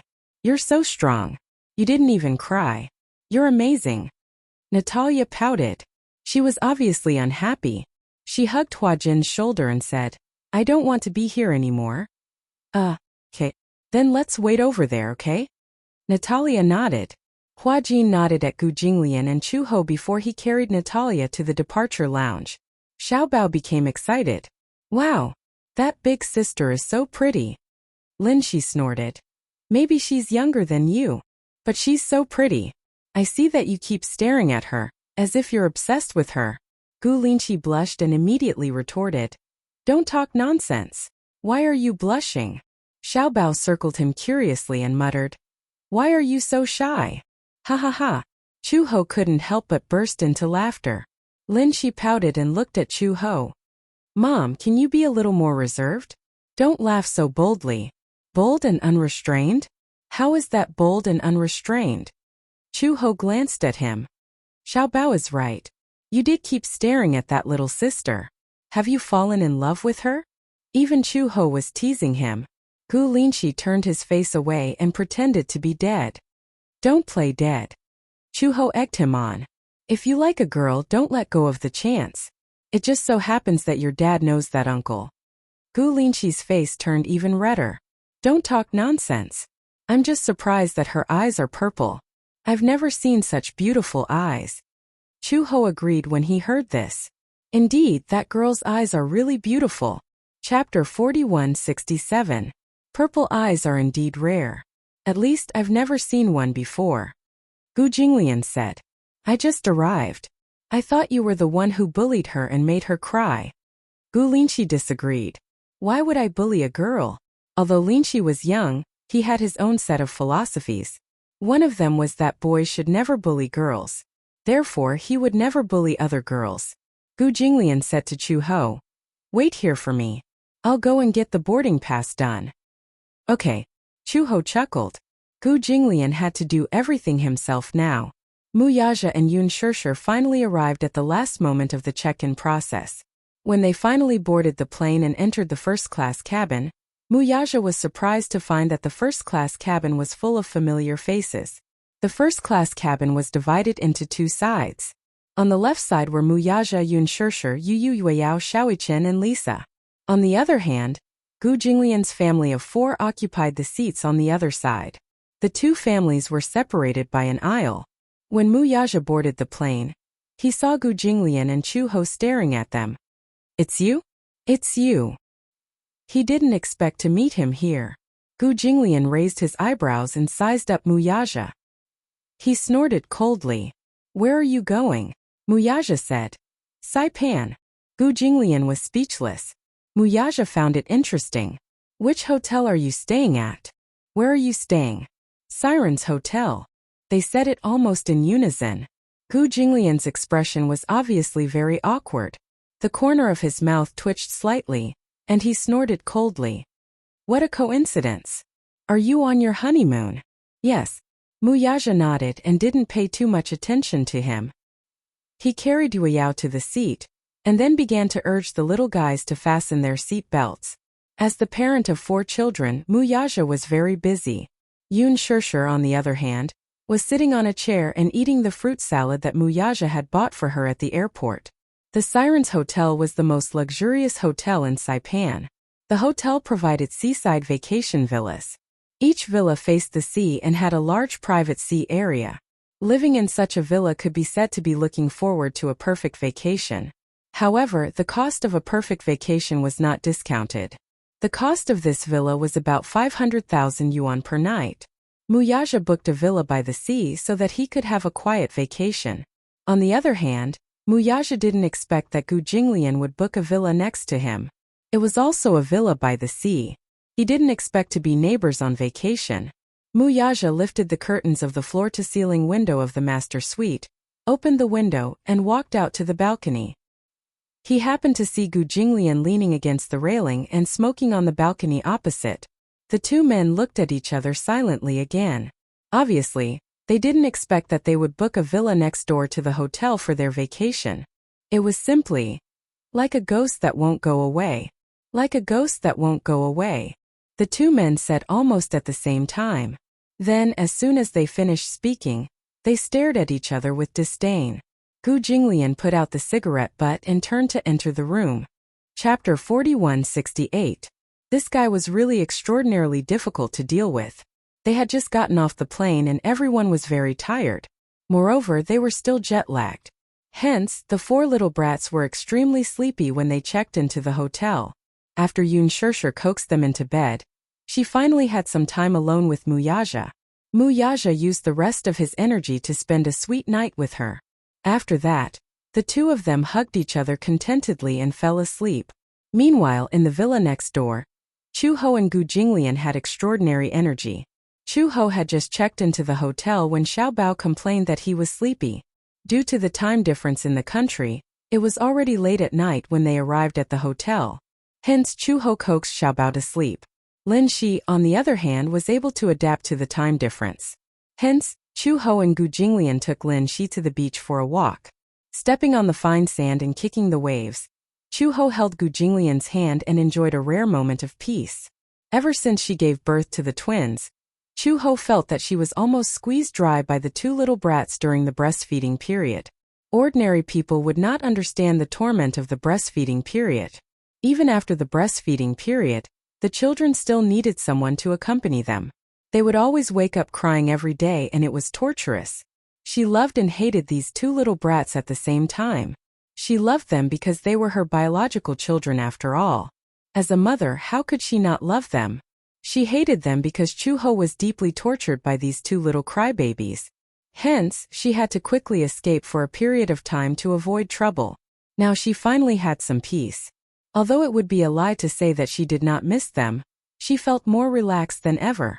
Gu Jinglian also felt sorry for her. He knew that she had been busy for a long time after the breastfeeding period for the 4 children. When he saw this, he also felt sorry for her. Hence, he put the honeymoon on the agenda so that she could relax for a period of time. After all, she could not put the cart before the horse and confuse the meaning of marriage for the sake of the children after marriage. Other than family, marriage was more about the feelings between husband and wife. During that period of time, he was busy with work and rarely spent time with her. Thus, he thought of using the honeymoon as an opportunity to make up for their relationship. He thought that she would feel sleepy after the plane landed. However, he was wrong. Who was Chuho? She used to be an Interpol anti-crime inspector, and her physical fitness was much better than many men. It just so happened that Gu Jinglian was not tired. Chuho even teased him. After all, he was an old man. How could he be so good at enduring jet lag? Gu Jinglian was a little unhappy when he heard this. What do you mean an old man? He was clearly still very young, all right? Gu Jinglian was a little unhappy, so he whispered in her ear. You dare to doubt my physical fitness? I'll teach you a lesson tonight. When Chuho heard this, his face turned slightly red, but he laughed helplessly. I was just joking. And you actually took it seriously? Are you a child? Yes, I'm childish. I'm hopeless. When Chuho heard this, she could not do anything about it. Just as she was laughing, Gu Jinglian walked over and gently held her hand. Do you like it here? Gu Jinglian's voice became gentle. Chuho said sincerely, I like it. It's very quiet. Even with the sea breeze, I can feel my heart calming down. Then we can come here often in the future. Chapter 4169. No, I won't, Gu Jinglian said. I want to buy a villa here. In the future, when we have time, we can still come over and play for as long as we want. As long as you like it. Chuho couldn't help but feel a little flattered. Although Gu Jinglian doted on her immensely after their marriage, it was a little too much for him to say that he wanted to buy a villa here just because she said that she liked it here. Chuho asked tentatively, the villas here should be very expensive, right? I heard that some of the private islands here can be sold. Chuho was speechless when she heard this. I heard that the villas here are very expensive. A private island must be very expensive. Gu Jinglian smiled and said, if you like it, it has its value. Chuho couldn't help but laugh when she heard this. Actually, there's no need for that. As long as you have the intention. If you want to come here again in the future, you can just find another chance to come. How many more chances will you have to come here in the future? This money is too extravagant and wasteful. Gu Jinglian didn't think much of it when he heard this, but he didn't take it too seriously. After all, Chuho was Chuho and he was him. There was a huge gap between the two people's spending habits. Xiao Bao had once had a very difficult time. That was a period when she only had a basic salary of $2,000 a month and a few $100s of overtime pay, but she had to raise Xiao Bao alone. One could imagine how difficult that period of time was. When she was young, Chuho had also experienced a homeless life. She had stayed in a refugee camp and even a small piece of bread had to be taken from others. Sometimes she could only snatch scraps. As a result, she could only endure a night of hunger. Therefore, she had always thought that money was very precious. After marrying Gu Jinglian, she could be said to have reached the heavens in a single bound. What did it mean to become rich overnight? This was it. Gu Jinglian was very wealthy. Even Gu Jinglian didn't know how much wealth he had. However, she couldn't get used to living an extravagant life. She was an optimistic person by nature, and was good at finding joy in hardship. She was used to living a hard life and always felt that she was very poor psychologically. Living a down-to-earth life made her feel at ease. Chuho was a very independent woman, and didn't like to rely on others. Gu Jinglian didn't allow her to go out to work, because he thought that the Gu family's business. However, Chuho wasn't used to living and took a long time to get used to it. Gu Jinglian was different. When he was in the past, he was in primary school. Gu's family was his tea. Old Master Gu was willing to give him more than $100 bills a day. This was a treatment that no one else had ever received. Tis as tuzes. Teet. The difference could be seen at a glance. Therefore, Gu Jinglian, who grew up in a privileged environment, naturally didn't have the concept of money. To him, a Gucci bag that cost tens of thousands of dollars was equivalent to lunch in the eyes of ordinary people. Ever since she married Gu Jinglian, Chuho's words and actions gave Gu Jinglian a headache. Chapter 4170. She was addicted to online shopping. Ever since she learned how to shop online, she was used to going online to search for quality goods. She would buy them in bulk. Gu Jinglian went to the mall to buy her a few luxurious clothes, bags, and shoes. Gucci, Christina, etc. However, Chuho did not want them after wearing them a few times. She was too lazy to dress herself up. Those branded clothes and bags were often the most useless. especially a silk dress from Chanel. Just a slight movement of the arm would cause it to unravel. Chuho despised it. How could such expensive clothes be so useless? Although she knew that people who could afford such expensive clothes would not be calculative about such things, she still despised it. As a woman, she actually complained to Gu Jinglian that she had spent so much time shopping and spent so much energy just to buy a few clothes that could not be worn more than a few times. She felt very angry. After that, Gu Jinglian did not force her anymore. Since two people were married, they should respect each other. It was basic respect. They respected the concept of consumption. Therefore, after Gu Jinglian and Chuho got married, he followed her when it came to the concept of consumption. Even his own concept of consumption was gradually influenced by her. In layman's terms, old Master Gu had become much more down to earth. In the past, he did not want luxury goods. Now, when he occasionally received clothes that Chuho bought for him online, he would be happy to try them on. If they looked good, he would buy them back. After a while, Gu Jinglian also got used to clothes that cost a few hundred yuan. One had to know that to him, clothes that cost a few hundred yuan were no different from clothes that cost a few cents in the eyes of ordinary people. In short, the huge difference in concept caused by money was very big. Both of them could adapt very well. Gu Jinglian held Chuho's hand and walked quietly by the beach. Gu Linshi was originally following behind them. However, when he found something new and pestered them to look at it, he bitterly realized that he had been abandoned. No matter whether he called out to Gu Jinglian or Chuho, the two of them acted as if they did not hear him. They only had eyes for each other. They had already forgotten about him, this little third wheel. Gu Linshi also gave up. Forget it. Let the two of them be entangled. After all, she heard that Dad wanted to take this opportunity to revisit the honeymoon period with Mom. He didn't want to get involved. Gu Linshi was smart, so she went back to the hotel alone and called Gu Jinglian Chuho. He was more sensible. He quietly returned to the hotel, and even knew to send a text message so that they wouldn't worry. Chuho and Gu Jinglian walked for a long time, but they did not seem to notice anything. After walking for a long time, Chuho realized that his little tail was gone. He took out his phone and was about to make a call when he received a message from Gu Linshi. Seeing that he had returned to the hotel, Chuho's heart was filled with guilt.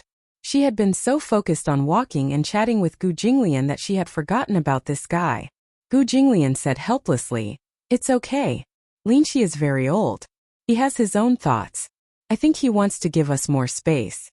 On the surface he said this, but in his heart he was criticizing this kid. At least he knew what was good for him. Just now, when Linshi called out to him, he heard it but deliberately ignored it.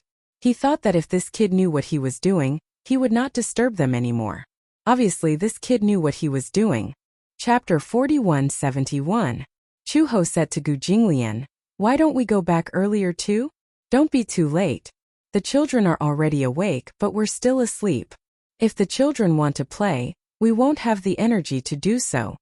However, Gu Jinglian said, "Linshi is already so old.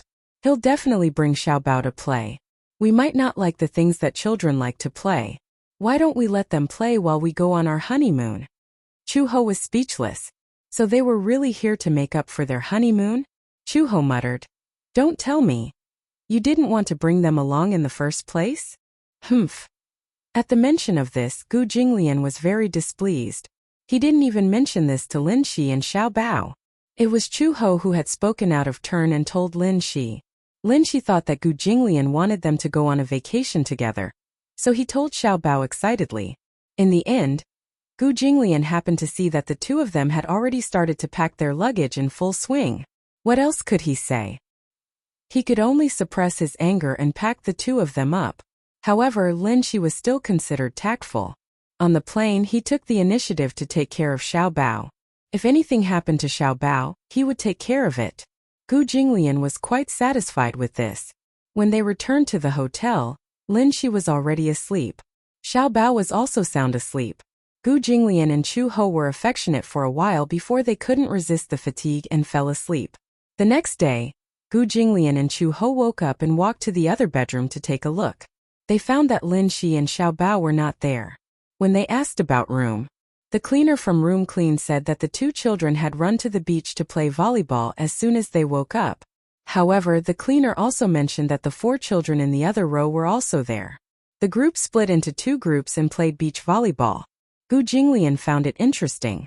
It had to be said that these 2 guys really knew how to entertain themselves. Seeing that they didn't wake up, Lin Shi took Xiaobao to play. After Gu Jinglian and Chu Ho ate some food and headed to the beach, they saw Gu Linshi and Xiaobao standing on an empty beach. Opposite them were Yu Yu and Lisa.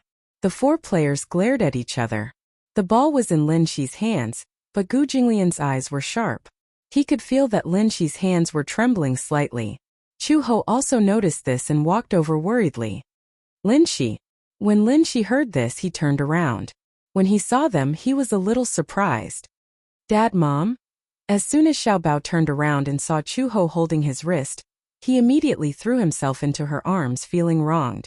Mom! Ooh! The little guy was bluffing and crying, but he didn't cry for real. Although he felt wronged, he wasn't so weak that he would cry. They're bullying us. Ooh! Bullying? That's impossible. She knew Muyaja and Yun Shishir's characters. She had met them a few times before, and she could tell that the couple was very well-mannered. When it came to educating children, they were naturally well-mannered. How could they bully other people's children? Don't listen to his nonsense. Lin Shi sighed and mumbled in a low voice. They're not bullying us. We can't play as well as others. What's wrong? Chu Ho finally understood. You lost to them in volleyball? Chapter 4172. If it's just a loss, then it's fine. Lin Shi said awkwardly. I can catch the ball, but it's too strong. If I insist on catching it, then my wrist will feel a burning pain. Chu He's face was full of questions. He looked at the other side. Yu Yu and Lisa. Both of them were still young and one of them was a girl. Yu Yu was younger than Lin Shi. He looked at Lisa, whom he had never seen before, but she looked thin and weak. Chu Ho could not believe it. It can't be. You actually lost to them? One of them is younger than you and the other is a girl. She's so skinny, how can she be so strong? Xiaobao panicked. It's true. She's so strong. I saw her wearing a singlet just now. Don't be fooled by her skinny figure. She's got muscles underneath. Lin Shi was indignant. After all, as a boy, losing to a girl was an embarrassing thing. However, whether he was willing to admit it or not, it was the truth. Lisa did not like to talk, but whenever she jumped up and spiked the ball, he was worried that she would accidentally hit the volleyball. Xiaobao had caught her ball once and was so scared that he started trembling. He did not dare to catch her ball again. Lin Shi was naturally unwilling to admit defeat. Hence, when it was Lisa's turn to hit the ball, even if he knew that she was strong, he would still try to catch it. When he caught the ball, both his wrists were trembling badly. He was afraid that he would not be able to continue playing. Lisa also realized that Lin Shi would not be able to catch her ball. She felt that it was boring and a little disappointing, so she stopped playing. However, they were halfway through the game and the winner had not been decided yet. Lin Shi refused to admit defeat, nor did he want to admit defeat, so he insisted on continuing. Lisa did not know whether to laugh or cry. She asked him instead, "Can you continue playing?" Lin Shi bit his lip hard and did not speak. At this moment, Gu Jinglian and Chu Ho arrived. To be honest, he probably couldn't continue fighting. Otherwise, his wrists would definitely swell up. However, he did not want to lose to a girl. He was a boy and Lisa was a girl. If he had lost to Yu Yu, it would have been fine. However, he could not accept losing to Lisa. Lisa rubbed her hair helplessly and said seriously, "To be honest, I admit defeat. We can't continue this match. You're injured." So Lisa casually threw the volleyball to the side and stretched her body. She had only used a third of her strength when she was playing volleyball, but the 2 kids couldn't take it anymore.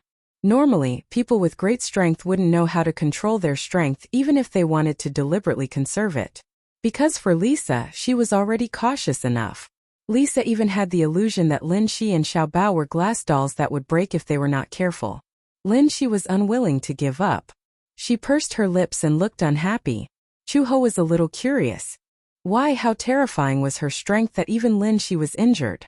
She suddenly took a step forward and looked at Lisa's back. She smiled and said, "Why don't we play a game?" Lisa came back to her senses and looked at her in surprise. Why? I want to see how strong you are. Lisa's lips twitched when she heard that. Chuho hurriedly said, Don't worry, I just want to learn from you. I'm not seeking revenge. All right. Chapter 4173. The corners of Yu Yu's lips twitched. He could vaguely feel that there was a hint of tension in the volleyball match. Lisa said to him, Go to one side. I'll have a match with her. This, Xiaoyichen thought to himself helplessly. Is there really a point to this match?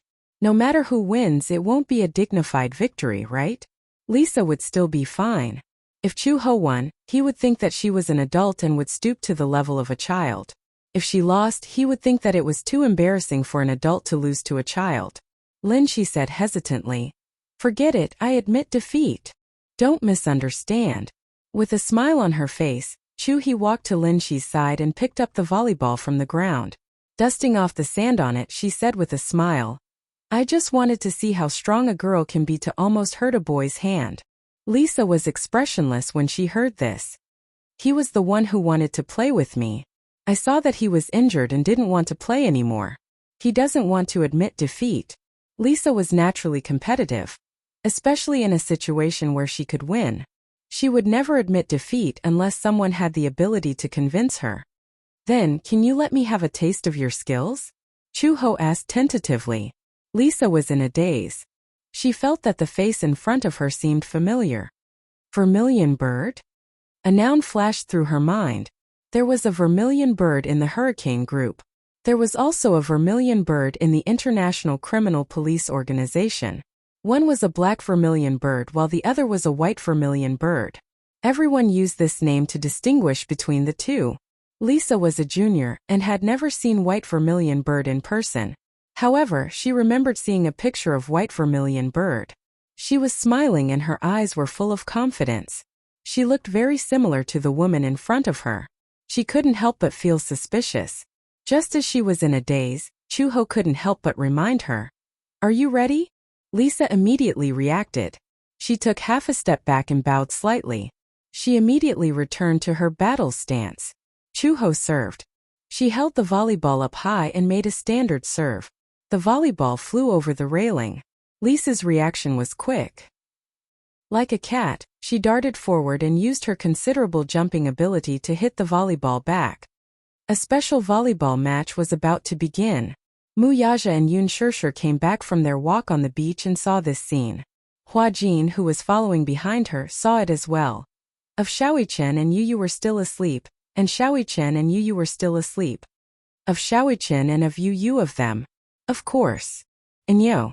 Xiaoyichen and Yu of Yu Yu's aunts. And Yu. After taking a stroll around the area, they were greeted by such a sight as soon as they returned. Everyone found it a little novel. Yun Shirshir was a little surprised. What are they doing? Volleyball. But Yun Shirshir and Hua Jin stared blankly at the two people who were in full swing. The sound of the volleyball hitting the ball was shocking. This volleyball is too scary. Muyaja thought it was interesting. Let's go and take a look. The group walked to the side. Xiaoyichen noticed them. Muyaja gestured for him to keep quiet and watched silently. Chuho and Lisa were evenly matched. One was a former Interpol officer, while the other was the youngest mercenary in Mercenary Paradise. Both of them were terrifyingly strong. Chapter 4174. Chuho in particular was shocked. Before she had experienced the match, she could already imagine that Lisa's strength was not weak. Otherwise, Lin Shi's wrist would not have been so injured. However, she did not expect Lisa's strength to be so terrifying. She even felt that this girl's potential was far above hers. As the saying went, the younger generation will surpass us in time. That was the gist of it. As for Lisa, how could she not be surprised? What she did not expect was that Chuho's strength would be so great. She looked gentle and weak, but she did not expect that her strength would not be inferior to that of an official mercenary. Because of this, she was even more certain that the woman in front of her must be the governor of the International Criminal Police Force. She was amazing. To be able to compete with a famous character, Lisa's heart was immediately filled with motivation. She was not to be underestimated. Even if it was just a volleyball match, she would give it her all. Lisa was a person who had a strong desire to win. She would either never compete with others or she would always want to be the best. The game was no exception. After a few rounds, no one was at a disadvantage. The score was maintained at a stalemate, and no one was willing to give way to the other. Even if one party led by a few points, the other party would catch up immediately. Bang! Bang! Bang! Those who were in the know would know that they were playing volleyball, but those who were not would probably think that there was an explosion. Lisa gradually felt that the volleyball was going soft. It was full of air, but now it felt like it was running out of energy. Not to mention Xiaoyi Chen and Yu Yu, even Gu Jinglian was trembling with fear. Not to mention Yun Shishir and Hua Jin, who were not far away. Hua Jin asked meekly, "If they play like this, will they break their hands?" Yun Shishir muttered. "I don't know if Chuho will, but I'm sure Lisa won't." "Why? Have you ever seen a child this big lift a 20-kilogram dumbbell like it's a toy?" Yun Shishir still had some lingering fears. Last time in the gym at home, she wanted to put away the dumbbells Lisa used for training. In the end, when she bent down to pick them up, she almost sprained her back. So heavy. From then on, she didn't dare to pick up any of Lisa's fitness equipment. If he wasn't careful, his waist would really sprain. Hua Jin muttered. "That's a little too scary." Yun Shishir was rather curious. "I'm thinking if Yaja were to play volleyball with Gu Jinglian, who would win?" Hua Jin looked at Mu Yaja and then at Gu Jinglian. He said weakly, "Brother-in-law is definitely the best." "Oh, do you think so too?" Mu Yaja could tell that Hua Jin's survival instincts were playing tricks on him. Hua Jin immediately expressed his sincerity. "Of course, I really believe so." Mu Yaja couldn't help but laugh. He said calmly, "I've never played with Gu Jinglian before, but I don't think he's afraid of me." The match had been going on for half an hour. Lisa and Chu Ho were gradually showing signs of fatigue. After such a long time of exhaustion, their bodies were made of flesh and blood, not metal. Their stamina was depleted very quickly. Xiaoyi Chen stopped the match. At this stage of the match, it was obvious who would win and who would lose. Although the scores were about the same, Chu Ho's stamina was obviously running out. Chapter 4175. When Chu Ho heard this, he was indignant, but he still stopped the match. It had to be said that Lisa's stamina was amazing. Before the match, she had already played half the match and had not rested in between. It was not easy for her to fight like this. Xiaoyi Chen had just walked to Lisa's side when Gu Jinglian suddenly said, "Why don't we have a match?" Huh. Xiaoyi Chen looked around him and confirmed that Gu Jinglian was challenging him to a match. He was dumbfounded. "Are you serious?" When Gu Jinglian heard this, he said, "Are you scared?" "No." Xiaoyi Chen furrowed his brows in embarrassment and said, "I'm afraid that you'll lose face if you lose to me." Gu Jinglian's face immediately turned pale. Pfft. When Chu Ho heard this, he was overjoyed. Ha ha ha. This sentence sounded arrogant, but Xiaoyi Chen looked really embarrassed, as if he was really worried that Gu Jinglian would lose face if he lost to him. Gu Jinglian was speechless and said, "How can you be so sure that I'll lose to you?" "Because it's true," Xiaoyi Chen said hesitantly. "I don't know how to fix a match." Yu Yu said solemnly, "If Xiaoyi Chen plays, the volleyball will probably explode." Lisa nodded as well. The three children looked at Gu Jinglian sincerely, as if they were thinking about him. When he said this, Gu Jinglian felt very awkward. He was a grown man, yet he had to let a child go easy on him. He said angrily, "You don't have to go easy on me. I might not lose if I play against you." "This isn't a good idea?" Xiaoyi Chen scratched his head in embarrassment and said, You really can't beat me. If I hurt you, Daddy will say that I'm causing trouble again." He did not know that Mu Yaja was standing not far away. When Mu Yaja heard his son say that, he secretly said, "It's okay, Daddy won't scold you. Trample on him." Yun Shishir glanced at her man coldly. Why did he become so childish at this time? Gu Jinglian was unwilling to give up. He felt that he was being looked down upon by these three children, so he insisted on having a go. "Let's just play one round then." In the worst-case scenario, he would not use as much force. Xiaoyi Chen picked up the ball and served it casually. Gu Jinglian was displeased when he saw that Xiaoyi Chen did not receive the ball. "Are you looking down on me?" No, I was afraid that you wouldn't be able to connect it. Gu Jinglian's lips twitched again. Play well for me. As he spoke, he served a powerful ball. When Xiaoyichen saw that Gu Jinglian was serious, he quickly became serious. He rushed forward, jumped up and spiked the ball beautifully. He immediately hooked the ball into the net. Gu Jinglian rushed forward and saved the ball. The two of them gradually got into a heated match. Yu muttered speechlessly at the side. Why is he acting like a child when he's already an adult? Lisa panted for a moment before she finally managed to catch her breath. Chu Ho, who was beside her, was so tired that she squatted on the ground. She had not exercised so much in a long time. Her heartbeat could not keep up and she was perspiring all over. However, she truly felt that Lisa's skills were formidable. What was even more impressive was that this little girl already had such terrifying strength at such a young age. It was obvious that she had received professional training. She was young, but her skills were not yet mature. How scary. Chapter 4176. Just as everyone was engrossed in watching the match, Xiaoyichen jumped and spiked the ball. Gu Jinglian reached out to catch the ball. But at that moment, he felt a spark of electricity and he couldn't help but withdraw his hand. This was the body's self-defense mechanism. No matter how strong the ball was, if he were to receive it, he would probably dislocate his shoulder or break his bones. The body had a self-defense mechanism. Gu Jinglian instinctively felt that there was no way he could receive the ball, so he instinctively withdrew his hand. The ball immediately bounced onto the cement beside him. There was a loud bang, followed by the sound of an explosion. The volleyball rolled onto the sand, but it was obviously deflated. It exploded. This was the first time Chu Ho had seen the ball explode from a child. He was stunned. Gu Jinglian was also stunned. He knew that Xiaoyichen was very good and strong, but he had never imagined that Xiaoyichen's strength was so terrifying.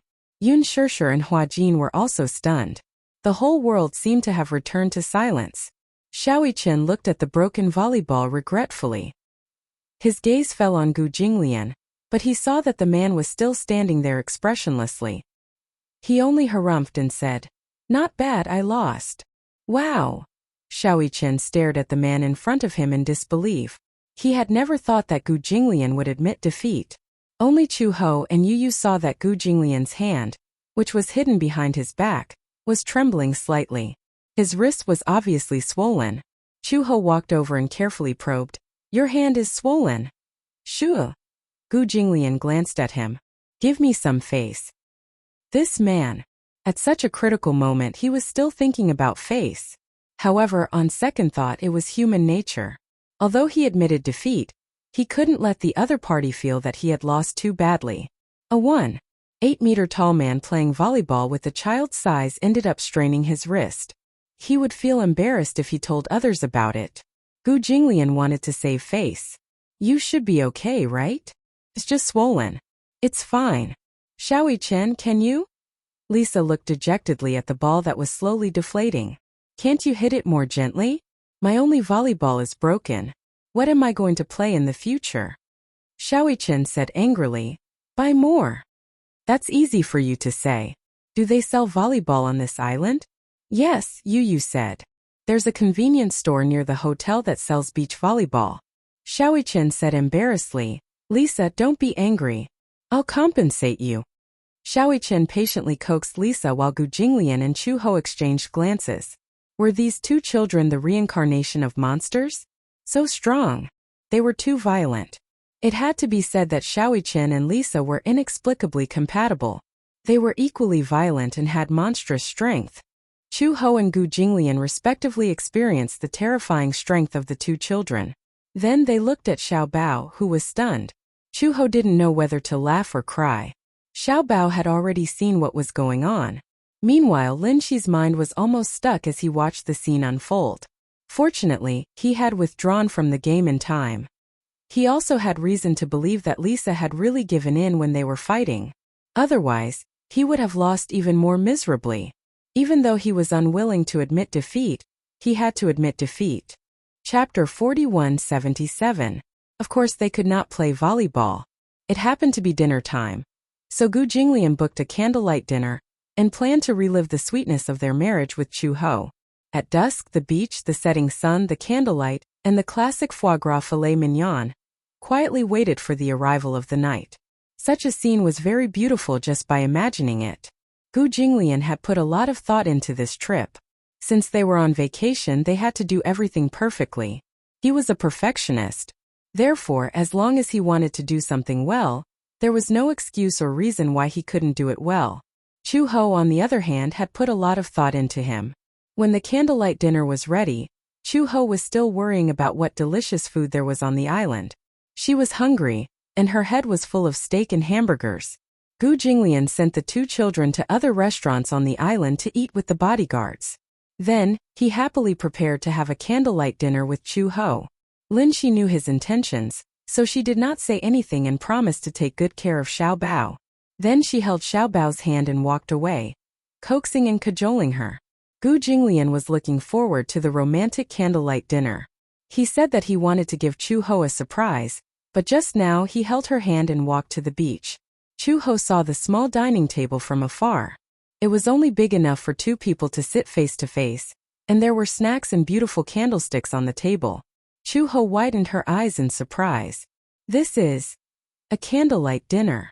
Gu Jinglian looked at her affectionately. Do you like it? Chu Ho was stunned for a moment. Then she turned around and looked up at him. She smiled and squinted her eyes. I like it. She tiptoed, put her arms around his shoulders and planted a kiss on his cheek.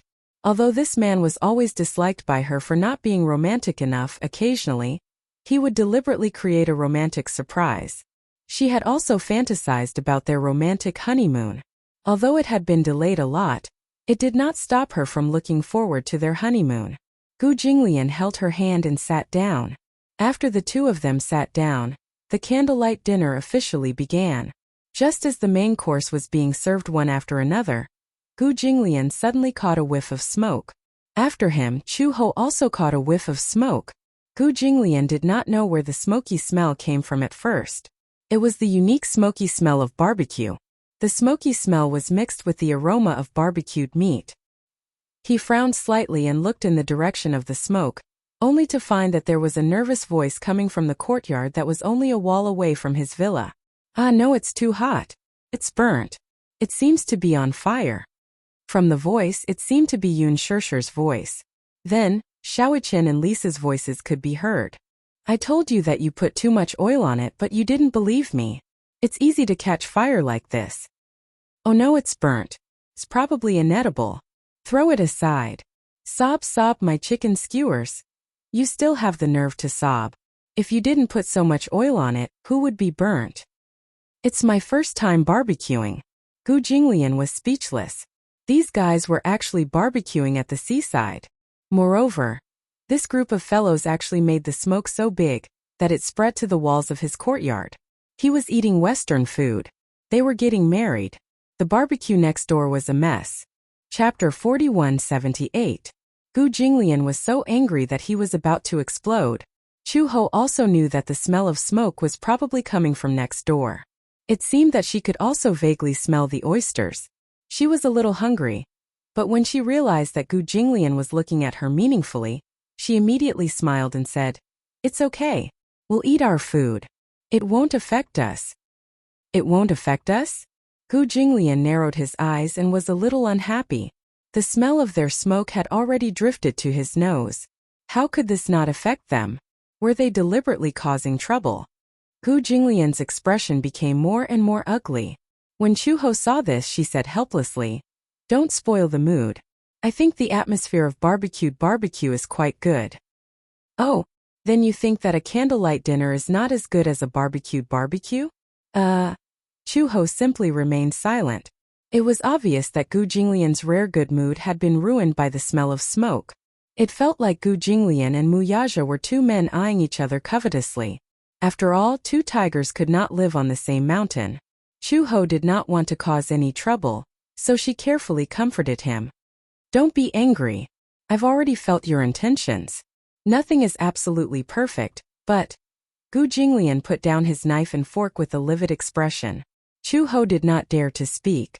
At this moment, Gu Jinglian suddenly heard Xiao Bao's noisy voice from next door. Wow, this is delicious. What is this? This is a scallop. It seemed to be Lin Shi's voice. Gu Jinglian's expression was one of disbelief. Why did Lin Shi and Xiao Bao's voices appear next door? What was going on? Chu Ho was also a little surprised.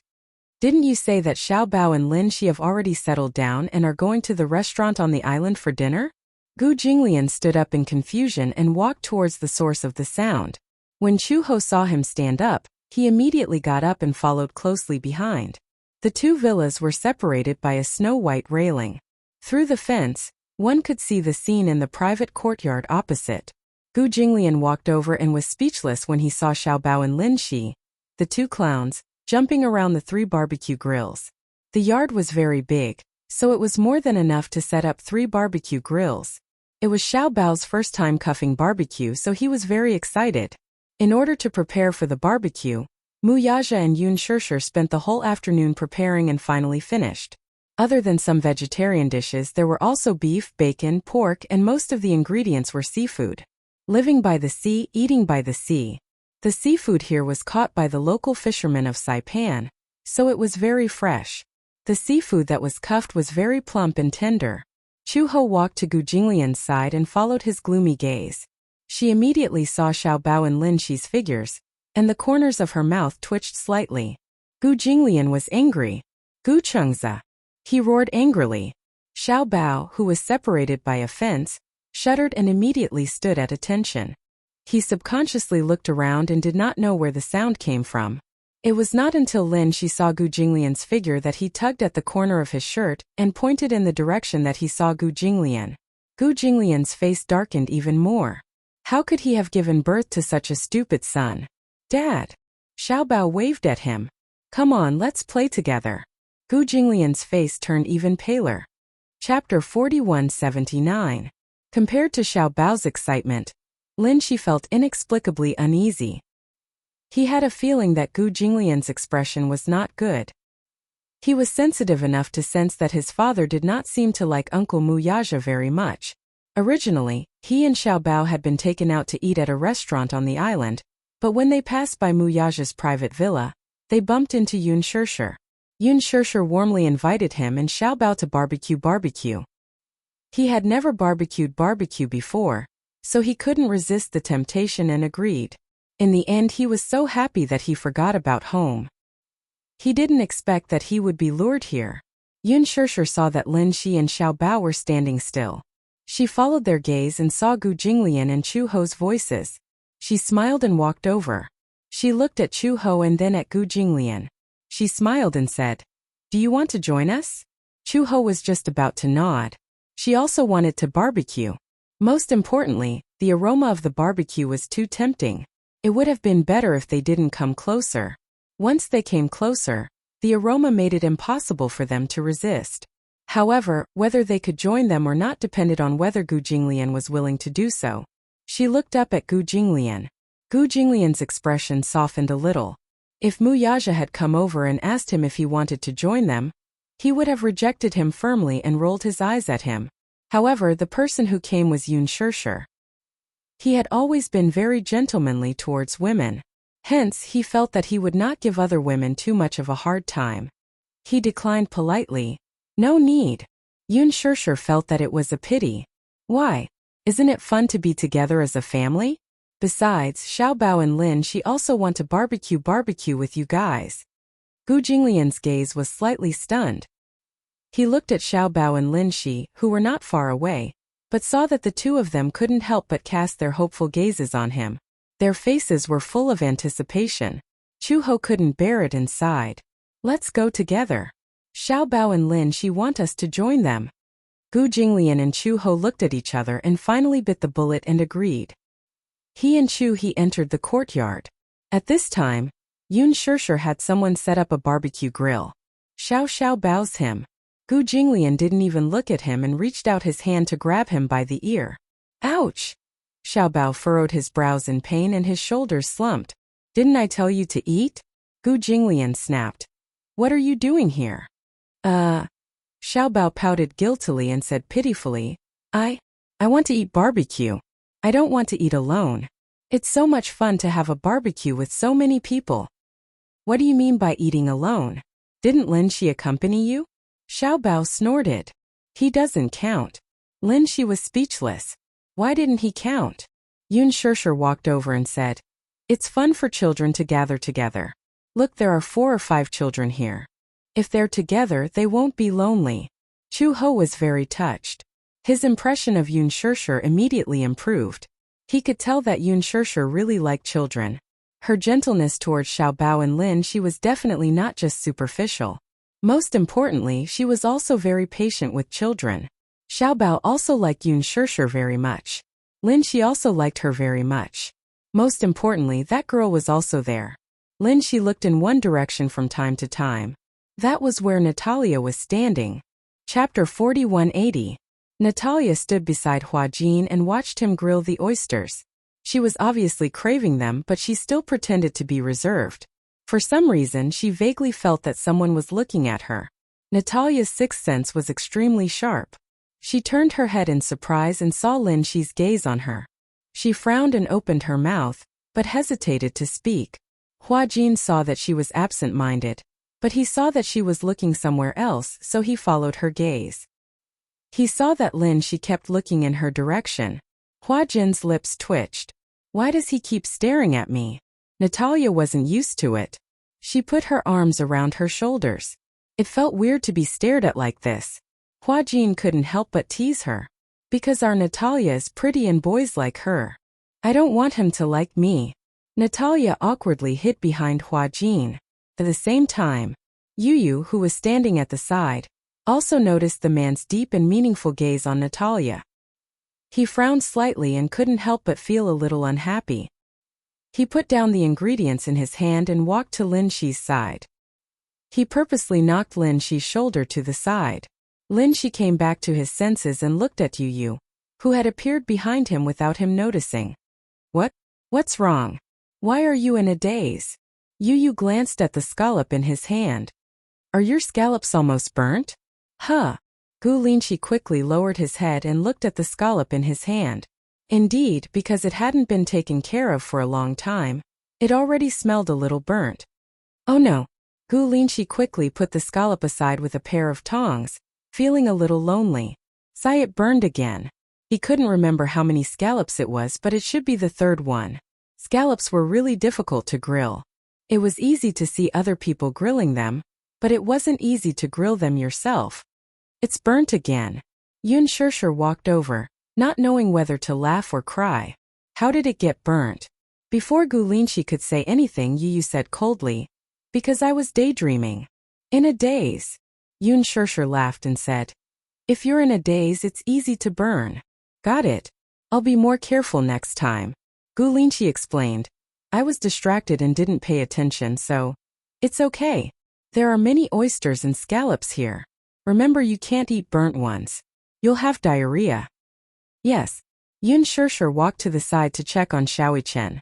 After Yun Shishir left, Lin Shi looked at Yu strangely. She felt that this guy had an inexplicable hostility in his eyes. You? Lin Shi asked hesitantly. What do you want? Nothing. Yu was obviously not friendly to him. It could be said that he was very cold.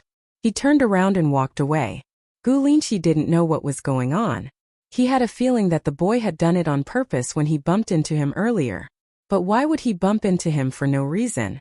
Lin Shi couldn't understand. All of this was reflected in Hua Jin's eyes. Pfft. Was Yu jealous? Moreover, the way he was jealous was cute. Hua Jin felt an inexplicable sense of accomplishment. Chapter 4181. Chu Ho felt that there was no need to set up a new barbecue grill. She walked to Lin Shi's side and watched him carefully brush the oil over and over again. Her interest was piqued. Is it fun? Lin Shi nodded from the bottom of his heart. It's fun. The feeling of grilling barbecue by oneself was different from eating it ready-made. There was an inexplicable sense of accomplishment. Chu Ho also set up 2 skewers of octopus feet and started grilling them excitedly. Although the grilling time was not too long, Lin Shi had some experience. Chu Ho did not know how to grill, but he would still stand at the side and give pointers like an old man. Chu Ho laughed in her heart. This guy was too interesting. Actually, he was not that good at grilling, but he was here to give him pointers. He even acted as if he was good at it. However, Chu-ho was only criticizing him in her heart. On the surface, she showed her admiration for her son. "Aya Lin-shi, you're really good. You've learned how to grill barbecue in such a short time. If we go camping in the future, I'll leave the difficult task of grilling barbecue to you." Gu Lin-shi smiled. "No problem." He patted his chest as he taught Chu-ho how to sprinkle the seasonings. With the addition of cumin, salt, and pepper, a tempting aroma gradually spread. This strange aroma attracted all the little gluttonous bugs, especially Natalia and Yueyao. The two little guys smelled the aroma and surrounded Gu Lin-shi. The two of them were not very tall, so they had to tiptoe to see what he was cuffing. Gu Lin-shi had steak, oysters, scallops, and meat skewers in his hands. Natalia still had some self-control. However, Yueyao did not have any self-control at all. She just stared at the sizzling meat skewers without blinking. She looked like she was about to drool. Chu-ho looked at Yueyao's silly look and almost laughed. This little loli was really too cute. She stared blankly at Gu Lin-shi's actions as if she was frozen in place like a statue. Her eyes were dull but full of spirit, and her saliva was about to overflow from the corner of her mouth. However, although he looked silly, he was extremely adorable. She looked like a cute little penguin. Her small mouth was like a cherry, but it also seemed like it was made of sweet glutinous rice flour. In addition, saliva overflowed from her lips, giving her a crystal clear feeling. He got closer and smelled her. There was a milky fragrance on her body. It was the most typical smell of a child. Chu-ho squatted in front of her and gently pulled her little hand. However, Yueyao didn't seem to be very cooperative. He even put his hands behind his back, as if he didn't want her to touch him. His eyes were still locked on Gu Lin-shi's body, full of yearning. Chu-ho couldn't help but ask Gu Lin-shi, "Are you done? I've been staring at you for a long time." Only then did Gu Lin-shi realize that the little guy was standing beside him. He saw Yueyao staring at him with his mouth slightly open, his eyes full of pleading. Chu-ho rebuked, "Did you just see it? I've been waiting with my mouth open for a long time." Gu Lin-shi asked, "What do you want to eat?" Yueyao didn't say anything. He opened his mouth and looked at him eagerly. Chapter 4182. For some reason, Gu Lin-shi suddenly had the urge to play a prank on her. He pretended to pinch a piece of meat, but in reality there was nothing in his hands. It was just air, and he carefully brought it to Yueyao's mouth. Chu-ho saw this and immediately saw through Gu Lin-shi's little trick. There was nothing in his hands, but it was as if he was pinching something to feed her. This was obviously a lie. Did he think that Yueyao wouldn't see through it? In the end, Chu-ho was overthinking. Yueyao was only a few years old, so she was stunned by Lin-shi's trick. She saw Lin-shi bring a piece of meat to her mouth, but she didn't see it. She even moved her little mouth away. "It's hot." Lin-shi couldn't stop laughing. How was it hot? This guy wasn't stupid at all. He knew that freshly baked food was hot. Or was it that he was already injured when he went to steal food from Yoon Shirshir's place, so he learned his lesson? Lin-shi pretended to blow gently, then said to Yueyao, "It's not cold anymore. Try it." "Really?" Yueyao still didn't believe him. After hesitating for a long time, she timidly opened her little mouth. Lin-shi fed her the meat. Yueyao didn't even look at it. She opened her little mouth and bit into a ball of air. In the end, Chu-ho didn't know whether to laugh or cry. Yueyao didn't even look at it and swallowed the ball of air whole. In the end, she didn't taste anything and looked puzzled. Lin-shi even asked seriously, "Is it good?" Yueyao answered honestly, "I can't taste it." Lin-shi coaxed her again. "I'll give you another piece of meat to try, okay?" Yueyao became excited. "I want to eat meat." She clenched her fists and looked expectant. Her eyes sparkled, which made Chu-ho feel a little sorry for her. Lin-shi grabbed another ball of air and brought it to her mouth. In the end, when she bit it, she still did not taste anything. She even chewed it seriously, but there was no taste at all. The confusion in her eyes grew even greater. Chu-ho couldn't take it anymore. "Alright, stop teasing her. Look at how wrong she looks." Not to mention Chu-ho, even Lin-shi himself couldn't bear it. He felt very guilty, so he finally picked up a small piece of real meat and put it in her mouth. The meat was an octopus foot. It was cut into small pieces and was very tender and springy. The yueyao had just changed its teeth, so the octopus foot was a little hot. However, Linshi blew on it and it was much more comfortable. After eating a few pieces of octopus feet, Yueyao smelled the tantalizing aroma coming from the barbecue grill where Yu was standing.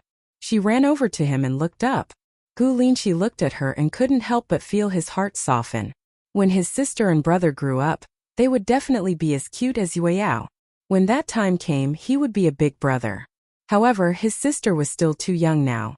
She could only speak a little. He didn't know if she would be more like her father or her mother when she grew up. Chuho saw that he seemed to be thinking about something and couldn't help but ask, "What are you thinking about?" "Me." Gu Linshi came back to his senses and looked at Yuyao's back. He said slowly, "I'm thinking that my sister will be as cute when she grows up. You must have been as cute when you were young. Everyone was cute when they were young." Chapter 4183. Hehe. I was thinking that no matter who she looked like, she would definitely be very beautiful. Chuho looked at Yuyao's back and muttered, "She looks more like Dad. What do you think?" "Yeah. If your sister looks more like Dad, she might be even prettier." Gu Linshi disagreed. "Who said that? If she looks like Mom, she would definitely be very beautiful too. How can you be so sweet with your little mouth?" Chuho couldn't help but scratch the bridge of his nose. Halfway through the barbecue, Muyaja suddenly brought over a few boxes of fireworks. Xiaoichen and Xiao Bao immediately got excited when they saw the fireworks. They didn't even care about the barbecue as they ran to the beach and circled around Muyaja. Muyaja quickly said, "Don't stand here. It's dangerous." "Humph, what's so dangerous about it?" Xiaoichen didn't think much of it. He could even casually throw grenades around for fun. Mere fireworks wouldn't scare him. "Oh, then keep an eye on your brother. Don't let him get too close, or else he might get hurt." "Okay." Xiaoichen immediately took Xiao Bao's hand and walked to the side. Xiao Bao still wanted to get closer, but Xiaoichen held him back again. "Don't get too close." Xiao Bao, on the other hand, had an incredulous look on his face. "Why not? If there's a problem with the fireworks, it will splash on you and then you'll be in danger." After Xiaoichen explained it this way, Xiao Bao understood. However, he still couldn't suppress his excitement. He looked at the fireworks expectantly and said happily, "Fireworks, fireworks." It was the first time the children had set off fireworks at the beach, so they were inexplicably excited. Muyaja studied it for a while. The wind at the beach was strong, so it would be difficult to light it with a lighter. Therefore, he used the old method. He lit a cigarette and confirmed that there were no children standing around. Then, he lit the fuse with a spark and hurriedly retreated. 10 seconds later, with a whoosh, several meteors rose into the sky in a straight line and quickly disappeared into the night. There were a few more shio shio shio sounds, and the fireworks continued to rise into the sky, but they did not disperse as expected. Xiao Bao was surprised. Where are the fireworks?" Natalia and Yueyao also looked around curiously. Generally speaking, when the fireworks rose into the air, they would definitely explode into several brilliant flowers, but now they couldn't see them. Just as the group of people looked at each other, there were a few walala sounds, and dozens of beautiful fireworks suddenly bloomed in the night sky. The falling sparks were like tassels, slowly spreading along the texture of the night sky. These were fireworks bought from a local Chinese vendor, and they were definitely of the highest quality. Therefore, the dazzling effect was indeed beyond Muyaja's expectations. He didn't set off fireworks at the beach, so this idea suddenly popped up in his mind. That moment, the waves, the night breeze, the night sky, and the fireworks. It was a perfect match that couldn't be any more beautiful. Yun Shirshir stared blankly at the dazzling fireworks in the night sky, and for a moment, she forgot where she was. Things that were so beautiful that it took one's breath away could always make one forget all their worries. She quietly watched the bursting fireworks. Half of the night sky was almost dyed bright by the brilliant fireworks. "It's so beautiful, so beautiful." Xiao Bao clapped his hands in excitement. Chapter 4184. Hence, even though the fireworks were over, he still wanted more. "Is there more?" He looked at Muyaja expectantly, his eyes full of anticipation.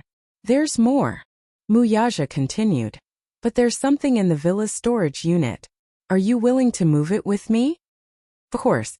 Xiao Bao mustered up his courage and asked, Can I light the fireworks myself? No. Mu Yaja rejected him without hesitation. Xiao Bao's face fell when he heard this. He was disappointed. Why? Because you're still too young. Mu Yaja gave him this reason. Xiao Bao was even more disappointed when he heard this. He said indignantly, I'm not young anymore. I'm all grown up. Ha ha ha. Mu Yaja laughed when he heard this. How old are you? I. Xiao Bao didn't know how old he was, but he seriously counted with his fingers. Gu Jinglian stood at the side and looked at his son's mature appearance. He was furious. Didn't I teach you how to count? Aya. Xiao Bao scratched the back of his head awkwardly and said helplessly, I've forgotten how old I am. Ha ha ha. Shaoichen couldn't help but laugh when he heard this. Xiao Bao thought that he was laughing at him. He was so angry that he dodged and shouted, Don't shout. Mu Yaja added, You still have the cheek to laugh? When you were my age, you couldn't even do basic arithmetic. Shaoichen couldn't laugh anymore when he saw that his father was undermining him. He smiled awkwardly and turned his head away. His father? Was he really his father? Was there a father who would undermine him like this? Shaoichen was very unhappy. He stood gloomily at the side and looked at Mu Yaja with resentment. Mu Yaja couldn't be bothered with him and said, I'll go get a few boxes of fireworks. You guys wait here. Okay. Mu Yaja went back to the storage unit and brought a few boxes of fireworks over. This time Shaoichen said that he wanted to set them off. Mu Yaja couldn't be at ease with him, so he passed the cigarette butt to him and held Xiao Bao's hand as they walked to the side. However, Xiao Bao was unhappy.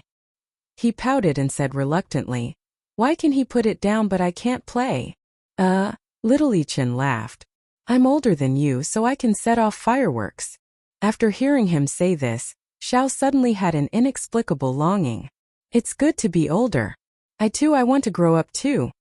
Next to him, a man who had already grown up said faintly, When you grow up, you'll feel that being young is true happiness. Xiao Bao looked at Mu Yaja, who was sighing with emotion, and corrected him seriously. I don't think you've grown up. Oh? What's that? You're an elder.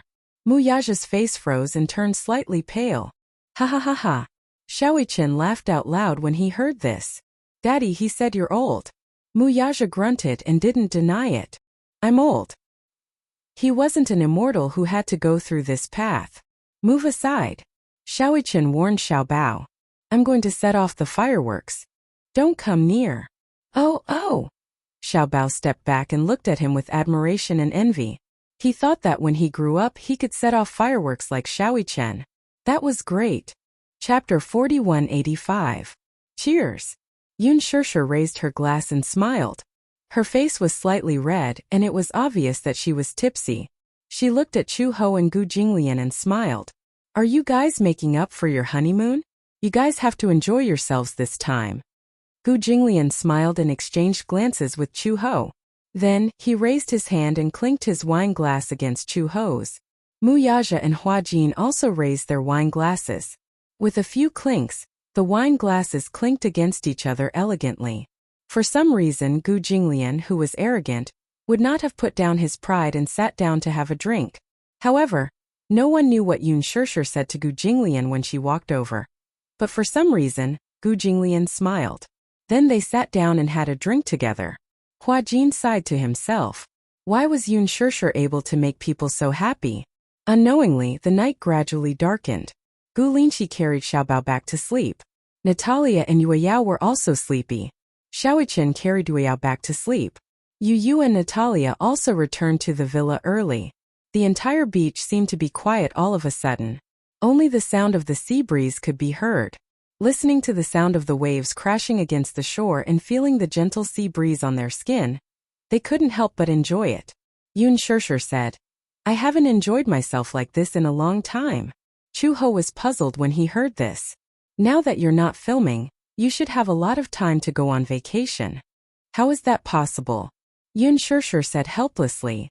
Yue Yao is still young. I don't feel at ease leaving her alone on vacation. Now that she's a little older, I'm afraid that she won't be able to acclimatize to a place so far away. Children her age are very precious to their health. When Chu-ho heard this, he said half-jokingly, "Most of the children these days are precious. At that time when we were young we never had such a good life." Yes, Chu-ho was immersed in his memories. "I remember when I was young the Duo family where I was born was in a state of war. There was constant internal strife, and the streets were filled with demonstrations and protests. There were also many military forces exchanging fire. I remember that in order to fill my stomach, I hid from those people and ate bread from the mud. Some of it was spoiled, but in order to fill my stomach I did not care so much. Even if he ate like that, he didn't get sick. If he were to eat like that, how could the children of today survive?" Yoon Shurshur did not think much of it though. "I can only say that your physique is good. Everyone's physique is different. In fact, many children in that era died prematurely due to malnutrition or poor soil conditions. It was just that no one knew about it. Now that the days were better, such things happen less often. However, the children in those poor areas still find it hard to eat and wear. Therefore, after Yoon Shurshur got married, she reduced her work. However, she focused more on charity work. There was once when Yoon Shurshur participated in a charity event and learned that 1,500 yuan a year could be used to fund a poor student's living expenses and tuition fees for a year. Hence, she decided to help 3,000 poor students in one go. Many reporters thought that she was hypocritical and was doing it for the sake of the Xingyu Financial Group's reputation. However, this was Yoon Shurshur's true thoughts. Chapter 4186. The five of them were enjoying the sea breeze as they chatted with each other. There was no deliberate attempt to find topics to talk about or maintain the atmosphere. Everyone was enjoying the sea breeze and quietly enjoying the tranquility of the night. Perhaps this was a vacation in the truest sense of the word. The five of them drank quietly as they enjoyed the sea breeze. They only dispersed when it was very late. Yoon Shurshur wanted to go paragliding on the sea. Chu-ho wanted to go snorkeling. Hence, the two of them agreed to meet at the beach early the next morning. Hence, Yoon Shurshur woke up early in the morning excitedly. She applied sunscreen, changed into her swimsuit, and went to the beach. Chu-ho was already there waiting for her. Yoon Shurshur was surprised that Chu-ho had woken up earlier than her. Chu-ho said, "I woke up early in the morning." "Why so early?" "It's my first time watching the sunrise at the beach." Sunrise? When Yoon Shurshur heard that, she was instantly envious. How could she have forgotten? Yoon Shurshur said a little reproachfully, "Why didn't you wake me up? I don't have your cell phone number. If I knocked on your door early in the morning, it would be so awkward if I saw you guys doing morning exercises." Chu-ho was a straightforward person, so he said what he wanted to say. Yoon Shurshur blushed and said, "Hey, don't talk nonsense. What's wrong with that?" Chu-ho stood up and said, "The coach will be here soon. We'll just wait here for a while." Yoon Shurshur looked at her body. Suddenly, she saw that she was wearing a one-piece swimsuit and was wrapped up tightly. She was a little surprised. Why are you wearing so much?" Chu-ho said, What's the matter? Is there a problem with the swimsuit? You have such a good figure. Don't you think it's a pity to wear so much?" As she said that, Yoon Shurshur said to Chu-ho, "I have another swimsuit. It's new and I haven't worn it before. Do you want to try it?" "It's okay. Mine is pretty good. Just give it a try. I've never seen you bare your body before." Ignoring Chu-ho's refusal, Yoon Shurshur took her hand and walked towards the villa. When she returned to the villa, she opened the new packaging in front of Chu-ho and took out a swimsuit. Chu-ho saw that it was a floral design. Broken flower? She hesitated. Yoon Shurshur nodded. "That's right. This one is very feminine. It's very pretty. I really like them, so I bought a lot of them in one go. Would you like to give it a try?" Chu-ho shook his head. "No, this dress doesn't suit me." The swimsuit she was wearing was pure black. She only liked this kind of plain style. This kind of floral series felt too girly. Chu-ho shook his head. "I don't think it's suitable." As Yoon Shurshur reached out to lift her clothes, she nagged, "You have such a good figure. Wouldn't it be a pity if you don't show it?" As she said that, she lifted her clothes. The moment she saw the firm lines of her abdomen, she was shocked. Seeing her expression, Chu-ho also felt uneasy. "What's the matter? Oh my god. Is this your vest line?" Chu-ho was stunned. I guess so. Didn't you give birth to 3 children? Yeah. Then, Yoon Shurshur said in a daze. How did you recover so quickly? Chapter 4187. Chu-ho thought for a moment and recalled, I remember that there was always a vest. Even though I was 9 months pregnant, the vest could still be seen very clearly. Yoon Shurshur asked weakly, do you exercise regularly? No. Then, how did you maintain your figure? Chu-ho said, I don't have much fat or excess flesh on my body, only muscles. Comparisons were odious. Yoon Shurshur suddenly remembered that she still had a swimsuit. She rummaged through the drawers and finally found the swimsuit that she liked from the bottom of the drawer. It was white and didn't have too many colors. However, it was very simple. However, it was much sexier than the one that Chu-ho was wearing. Try this one, Yoon Shurshur said with certainty. This one will definitely suit you better than the one you're wearing now. Let's not.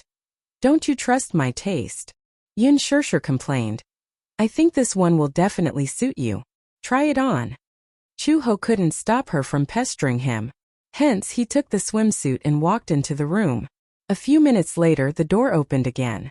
When Chu-ho walked out in a swimsuit, Yoon Shurshur was so shocked that her eyes almost popped out. Oh my god. As this swimsuit was a sexier style, there wasn't much fabric, and it just happened to cover the areas that needed to be covered. Hence, Chu-ho's perfect muscles were fully displayed. Besides the vest, the most important thing was that Chu-ho really didn't have any excess flesh on his body. It was all muscle. The most important thing was that his muscles didn't look bloated. Instead, they had a very fine line, especially his Apollo's belt, which was partially visible. As he walked, every line of his muscles made one feel suffocated with envy. Chu-ho felt a little uncomfortable being stared at by her. She put her hands on her shoulders to protect herself. To her, this swimsuit seemed too revealing. Yoon Shurshur slapped her hand away. Don't block it. Why don't you show off your figure? Like me, if I had such a good figure, I would wake up laughing in my dreams. Chu-ho frowned and asked, Is there a mirror? What happened? Why do I feel like my butt is completely exposed? For some reason, Chu-ho felt like he was running around naked. Yoon Shurshur said helplessly, Of course not. She pushed her in front of the mirror. When Chu-ho saw herself in the mirror, she was shocked. Yoon Shurshur muttered behind her, You're a woman. Isn't it natural for women to love beauty? I always feel that your personality is too masculine, so you always dress very neutrally. Actually, this is called sexy, not revealing. Is that so? You'll be fine once you get used to it. At first, Chu-ho was a little embarrassed to go out.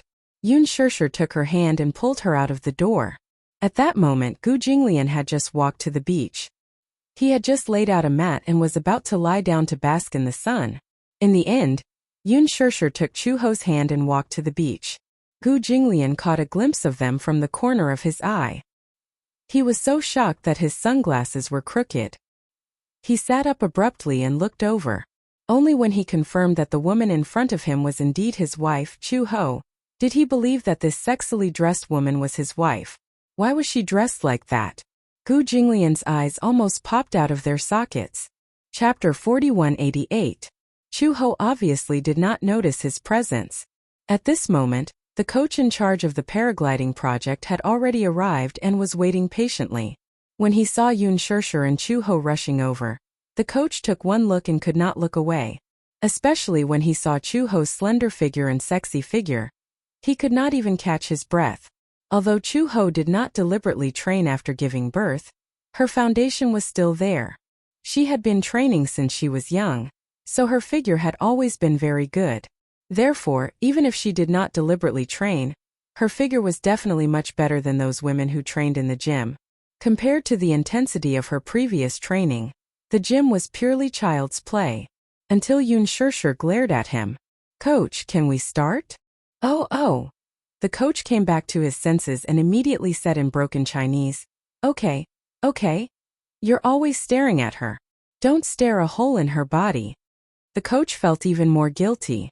However, because of the sun all year round, his tan skin did not show any signs of blushing. Yoon Shurshur secretly said to Chu-ho, Look, you're dressed so sexy. She can't take her eyes off you. Chu-ho laughed helplessly. She looked at Yun Shirshir and her heart was filled with emotions. Other than Meng Qingxue, she did not seem to have any other female friends. Because she had grown up in a transcendent environment, she had a very masculine personality. She was straightforward and did not stick to the rules. Therefore, it was very difficult for her to get along with delicate female friends. However, Yun Shirshir seemed to get along well with her. Yun Shirshir's personality was very gentle. If one were to use an idiom to describe it, it would probably be that she was the kind of person who was tolerant of everything. No matter what personality someone had, she could always get along well with them. And to meet such a gentle friend, Chu Ho also cherished it very much. The coach asked, "Who's going first?" Chu Ho immediately said, "I'll do it." She wasn't sure if the project was safe.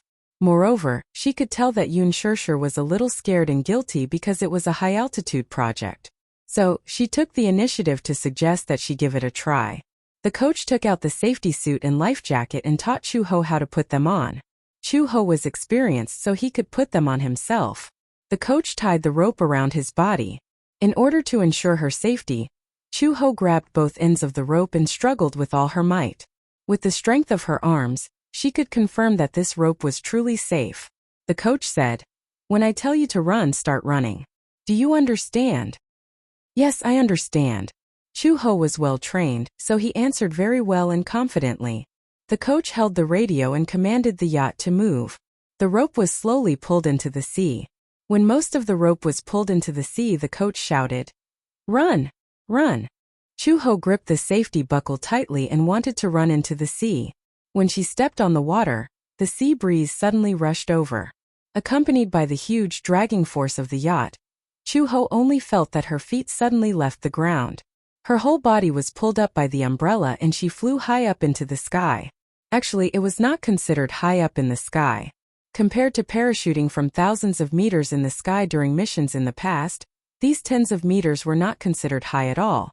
However, Chu Ho still heard Yun Shirshir's exclamation, "Wow!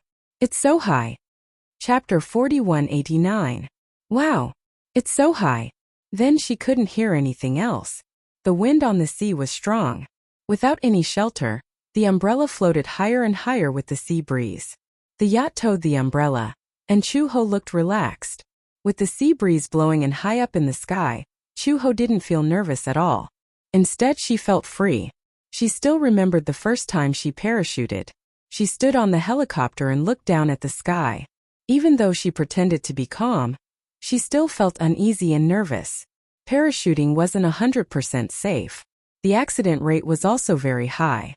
Especially for newbies, if they didn't grasp the essentials, it was easy to fail the parachuting. Even if there were no accidents, they could still get injured. Not to mention other things, just the state of mind when facing such a high altitude was definitely something that ordinary people could understand. Yun Shirshir stood by the sea and watched. Gu Jinglian walked over and looked at Chu Ho, who had drifted far away. He asked blankly, "What's that?" "That's an airship pulling an umbrella." Yun Shirshir said nervously, "Why do I feel a little scared? Feels very high. Chu Ho has already flown so far away. I wonder if she's scared?" Gu Jinglian heard this and glanced at her disapprovingly. "Scared? What's there to be scared of? She won't be scared. She's so brave." Yun Shirshir sighed from the bottom of her heart. She had seen many brave people, but she had never seen someone like Chu Ho, who was fearless in the face of any hardship. She was even braver than most men. 10 minutes later, Yun Shirshir saw from afar that the umbrella was slowly descending on the sea. Chu Ho fell into the sea, but because of the life jacket, she floated on the sea. The coach went down the ladder and reached out to pull her. However, Chu Ho didn't grab his hand. She climbed onto the speedboat by herself easily. Soon the speedboat flew toward the coast. Yun Shirshir and Gu Jinglian heard the sound of the speedboat and looked over. They saw Chu Ho standing on the speedboat and giving Yun Shirshir a thumbs up. "Great! You must try it." When Yun Shirshir heard this, she looked at the high altitude where Chu Ho had flown. However, she still had some lingering fears. "Isn't it too high? That's impossible." Compared to parachuting, this height was already very friendly. Because it was a commoner entertainment project, the height was within the range of ordinary people. Chu Ho said to her, At this height, I don't have to wear a safety suit. I can grab the safety buckle with my hands. The parachute had a safety clasp that needed to be held with both hands, but most people didn't have such a strong grip. When the coach heard this, he didn't think much of it. How is that possible? You won't be able to hold it at such a high altitude. If you fall from tens of meters to the sea, it'll be no different from falling from a tall building. Yun Shirshir laughed and said, Chu-ho, that's too dangerous. It's true. Chu-ho said seriously. When I used to practice parachuting, I was still a new recruit. There was once when my safety suit wasn't buckled properly and I fell in midair. I only landed safely by holding onto the safety clasp. When the coach heard this, he was shocked. Chapter 4190. If she wanted to make it to the ground, not only would she need an amazing arm strength, she would also need an amazing grip. This was something that even the top Special Forces soldiers would find difficult to achieve. How could a woman like her do it? Moreover, he had never seen a woman skydiving before. The coach thought that skydiving was Chu-ho's personal hobby, so he said, Amateur skydiving is different from this. It's not amateur. As Chu-ho said this, he turned to Yun Shirshir and said, Don't worry. As long as the safety measures are taken, you will be able to take off and land safely. The coach still didn't believe him. Instead, he said provocatively, I don't believe you just because you say so. If you're so capable, why don't you try it? Before Chu-he could react, Gu Jinglian glared at him coldly, exuding a sharp aura. How dare he provoke him? The coach caught a glimpse of Gu Jinglian's sharp gaze and jumped in shock. He was slightly intimidated by his gaze. However, Chu-ho said, Why should I try it? Why did she have to do meaningless things and take unnecessary risks for the sake of being brave? There was no need. The coach also felt that it was pointless. He said resentfully in decent Chinese, Come on, come on. Next. He picked up the life jacket and gestured at Yun Shirshir. Yun Shirshir was about to walk over when Chu-ho reached out and said to the coach, Let me put it on for her. Earlier, the coach had secretly groped Chu-ho's chest when she wasn't paying attention. Fortunately, she reacted in time and blocked his hand. Fortunately, Gu Jinglian didn't see this. Otherwise, this man's hand would have been broken. Chu-ho was worried that Yun Shirshir would be taken advantage of, so she snatched the life jacket from his hand and said to Yun Shirshir, I'll put it on for you. The coach saw this and became worried. No, you're not professional. If you don't do it well, it will be dangerous. I know this better than you. I'm the coach. I'm responsible for your safety. The coach did not dare to take the risk. He had signed an agreement with the hotel. If the tourists who played the game in his hands were in danger, he would face the risk of going to jail. Chu-ho glared at him and said, I said you don't have to be responsible, so you don't have to be responsible. With that, she turned around and said to Yun Shirshir, Do you believe me or her? Chu-ho thought that Yun Shirshir would more or less hesitate, but Yun Shirshir said without hesitation, Of course I believe you. When Chu-ho heard this, he was slightly taken aback. Then he smiled in relief. There was a feeling of being trusted. It was a good feeling. The coach was still a little reluctant. He did not know what Chu-ho had done in the past or what he had experienced, so he did not believe him at all. Gu Jinglian, on the other hand, was impatient. He knew that this work was child's play to Chu-ho. Chu-ho was so insistent on taking safety measures for Yun Shirshir, so it must be for her safety. Hence, he waved at the coach impatiently and said, I told you to get lost. Don't interfere and stop talking nonsense. The coach was intimidated by Gu Jinglian's authority, so he did not dare to rebut him. However, he still emphasized, You have to be responsible for all the consequences of your actions. With that, he walked onto the yacht and tidied up the ropes. Chapter 4191. Chu-ho looked up in surprise. She didn't know how she had seen through her kind intentions. Yun Shirshir glanced at the coach and said helplessly, I saw him trying to take advantage of you just now, but you blocked him, right? She knew at a glance what Chu-ho was thinking. She was afraid that she would be harassed by the coach. However, Chu-ho was more reserved and reserved. She always did things quietly and didn't like to flaunt herself. Yun Shirshir was touched. Chu-ho said quietly, It's okay now. I've checked. It's tied up very well.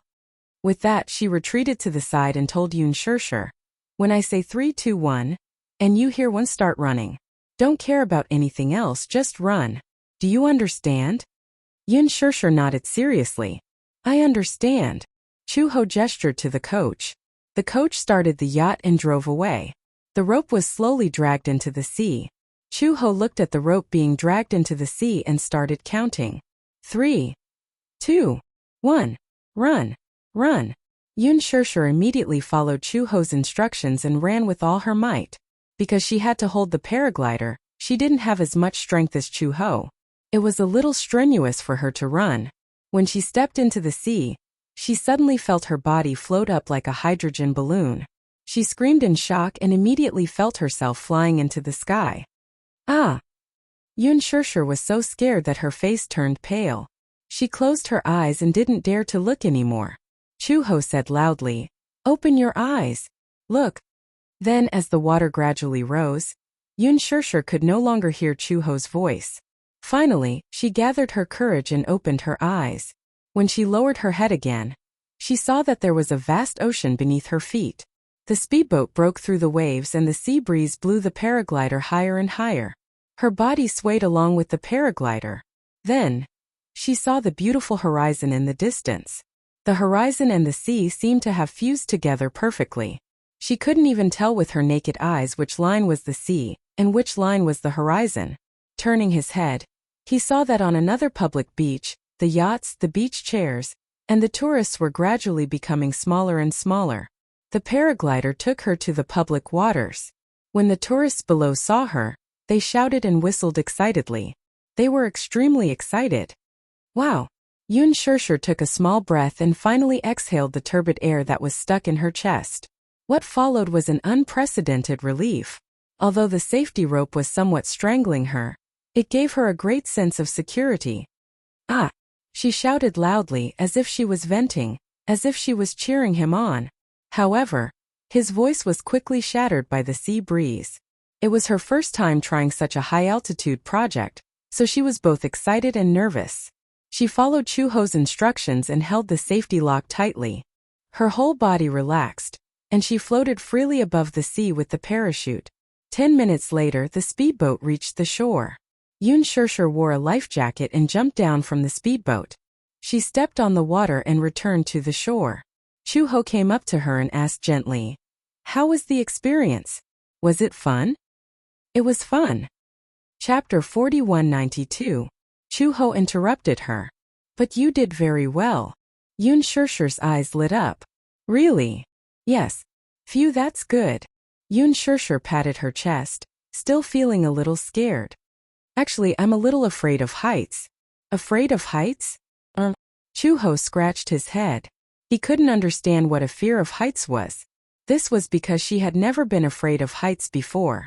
The first time she faced such a high altitude was standing on a helicopter. Facing a height of 2,000 meters, she was about to jump down. No one knew if there would be an accident. No one knew if she would survive.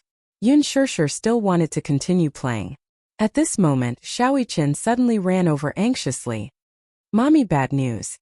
Yun Shirshir saw his anxious expression and felt a little uneasy. She immediately walked over and asked, "What's wrong?" "Natalia has a fever." Yun Shirshir went to Natalia's room. In the huge room, Natalia lay weakly on the bed. The air conditioner wasn't on and she was even wrapped in a thick blanket. Yu sat quietly by the bed. When he heard footsteps, he immediately stood up and looked at Yun Shirshir. "Mommy. What's wrong with her?" Yun Shirshir walked to the bed and stretched out her hand. She saw a glass of water and a few pills on the bedside table. They seemed to be the fever medicine he had brought over. "What's wrong with her?" Yu frowned and said, "She seemed to be feeling unwell this morning. She has been lying in bed and can't get up." Uncle Hua-jin was a little worried and took her temperature. He found out that she had a fever of 39.8 degrees. 39.8 degrees. Such a high fever? That was quite a high temperature. Children weren't like adults. This temperature was already very serious. Yu continued. Uncle Hua-jin said that he might have gotten a fever because he was exposed to the sea breeze for too long last night. Natalia doesn't seem to have a good constitution. She gets sick easily, so she's probably suffering from the cold. How could this be? Yun Shirshir frowned. Yuya was younger than Natalia. Even Yuya was fine. Why did Natalia have a fever? Moreover, the sea breeze on the beach last night was not that strong. Moreover, the weather here was so hot. How could he have a fever for no reason? Originally, I wanted to give her some fever medicine, but I don't know why she has a fever. I can't give her medicine recklessly. So let's go to town to buy some fever patches first. If the fever patches don't work, we'll go to the hospital. In the small town of Saipan, there was only a simple medical center. A proper hospital required a long drive to the center. Hua Jin thought that he would first use the fever patch and take some medicine to observe the situation. If he got better, then he wouldn't need to go to the hospital. The hospital was not a good place. Natalia didn't like it. It could even be said that she was repulsed by it. Hua Jin initially wanted to take Natalia to the hospital, but when the groggy Natalia heard that they were going to the hospital, she reluctantly kicked off the blanket in protest. She refused to get out of bed and follow Hua Jin to the hospital. Hence, Hua Jin coaxed her to take her medicine first and put on a fever patch instead of going to the hospital. Only then did she behave herself. Not long after, Hua Jin rushed back with fever patches and fever medicine for children from the medical center. Chapter 4193. He read the manual seriously but couldn't understand it no matter how hard he tried. Yun Shirshir panicked when she saw this. She immediately rushed forward and took the medicine box from Hua Jin's hands. She tore off the film of the fever patch and gently placed it on Natalia's forehead. She looked at the manual and took out 2 pills according to the amount. Hua Jin immediately understood. 2 pills at a time? Yeah. Let's take a day's worth of medicine first. Do you want to go to the hospital? Hua Jin was a little worried. Yun Shirshir said helplessly, if you go to the hospital, you'll need to make an appointment if it's not a serious illness. I've already made an appointment. If you don't get better by tonight, we'll send you to the hospital. Hua Jin was about to nod when a weak and uneasy voice came from behind them. I don't want to go to the hospital.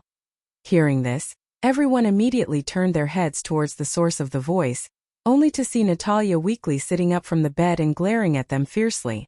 I don't want to go to the hospital. Her voice was weak, but her tone was firm.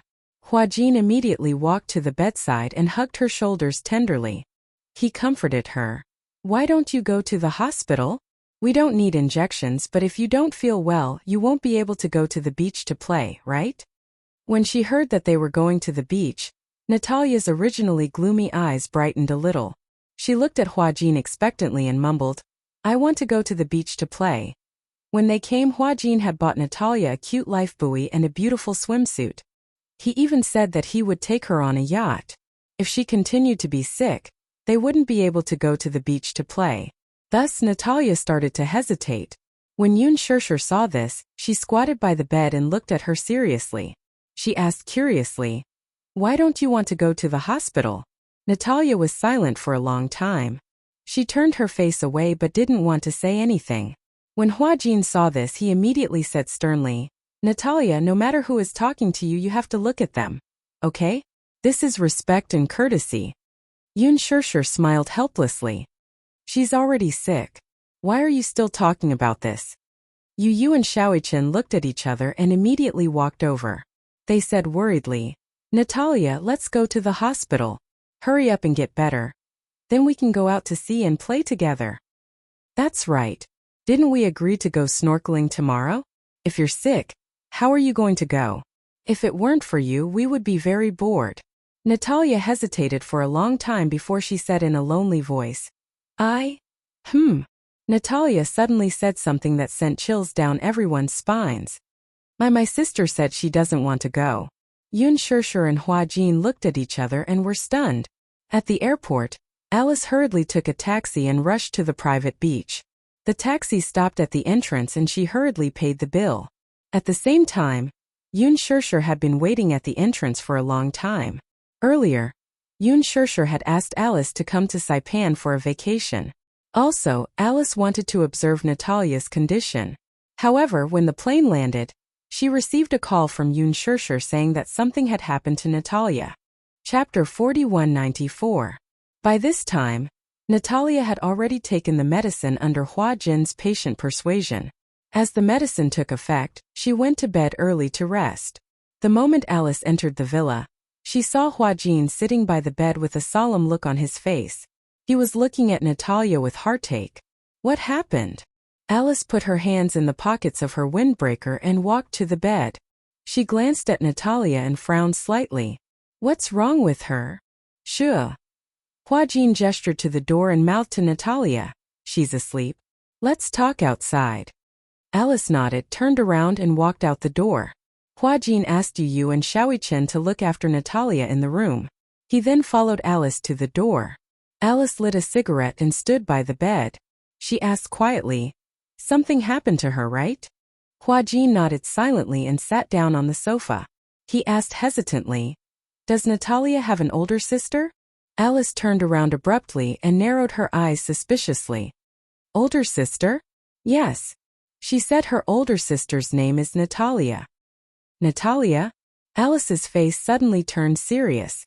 She looked at Hua Jin. For a moment her mind was filled with thousands of thoughts.